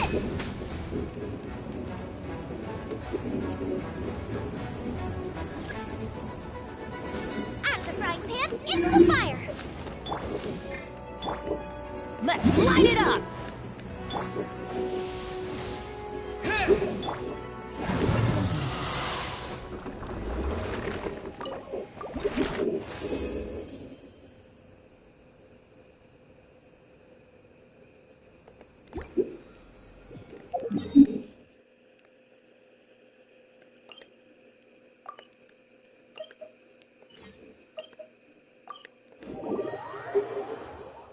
I gotta raise my UA thing to get this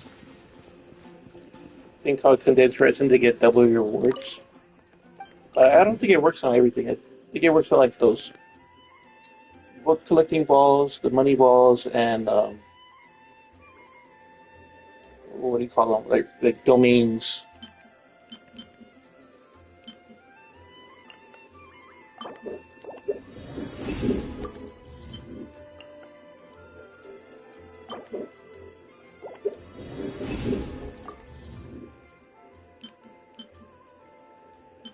Oh yeah, I'm gonna read a lot more. I forgot about that step. Oh. I need the purple one to make this gold one, so I need... Oh no, yeah I do, I just need one more purple. Not so bad, but still, you know. I should be able to get with as I get more. This, I need 3 of these, I think. Just to make one more of those gold guys. These ones.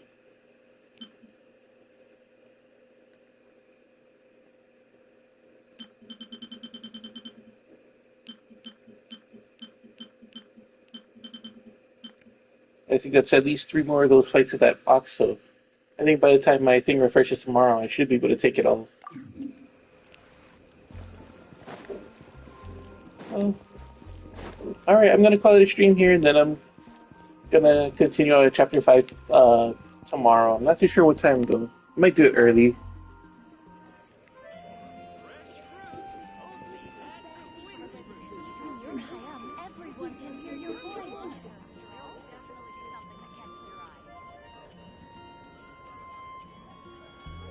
Benny's adventure team, assemble!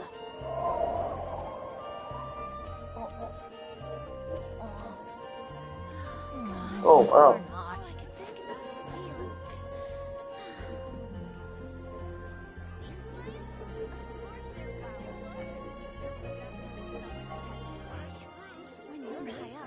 Oh no, I figured that's what it was, so that you didn't finish the thing you just told him right away.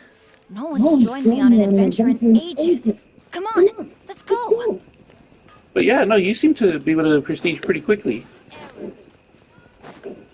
So, yeah. I mean, I haven't even prestiged once myself. I just look at my low-level white card. Off we go! Alrighty, Shadow, I'll see you next time. And thank you everybody for joining in. I'll see you later, Claire. Have a great night, everybody.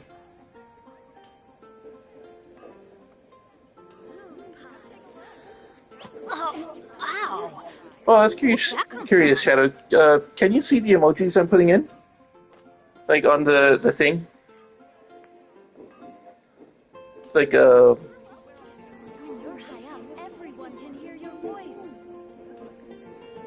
the chat. I was wondering if you'd see that. Oh, cool. Adventure team, assemble!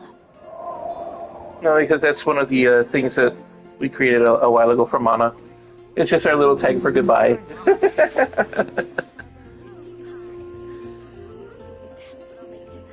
Yeah, there's a Game Over Gamer guy with a headset, and then there should be a manatee and like to those who don't and a wait dark thing around. like a ghostly That's manatee what they in a say sweater. anyway. Knowing my Yeah. luck, the opposite is probably true for me. Yeah, it's a ghostly manatee in a sweater. That's her goodbye thing. Oh, wow. Alrighty. Have a great night.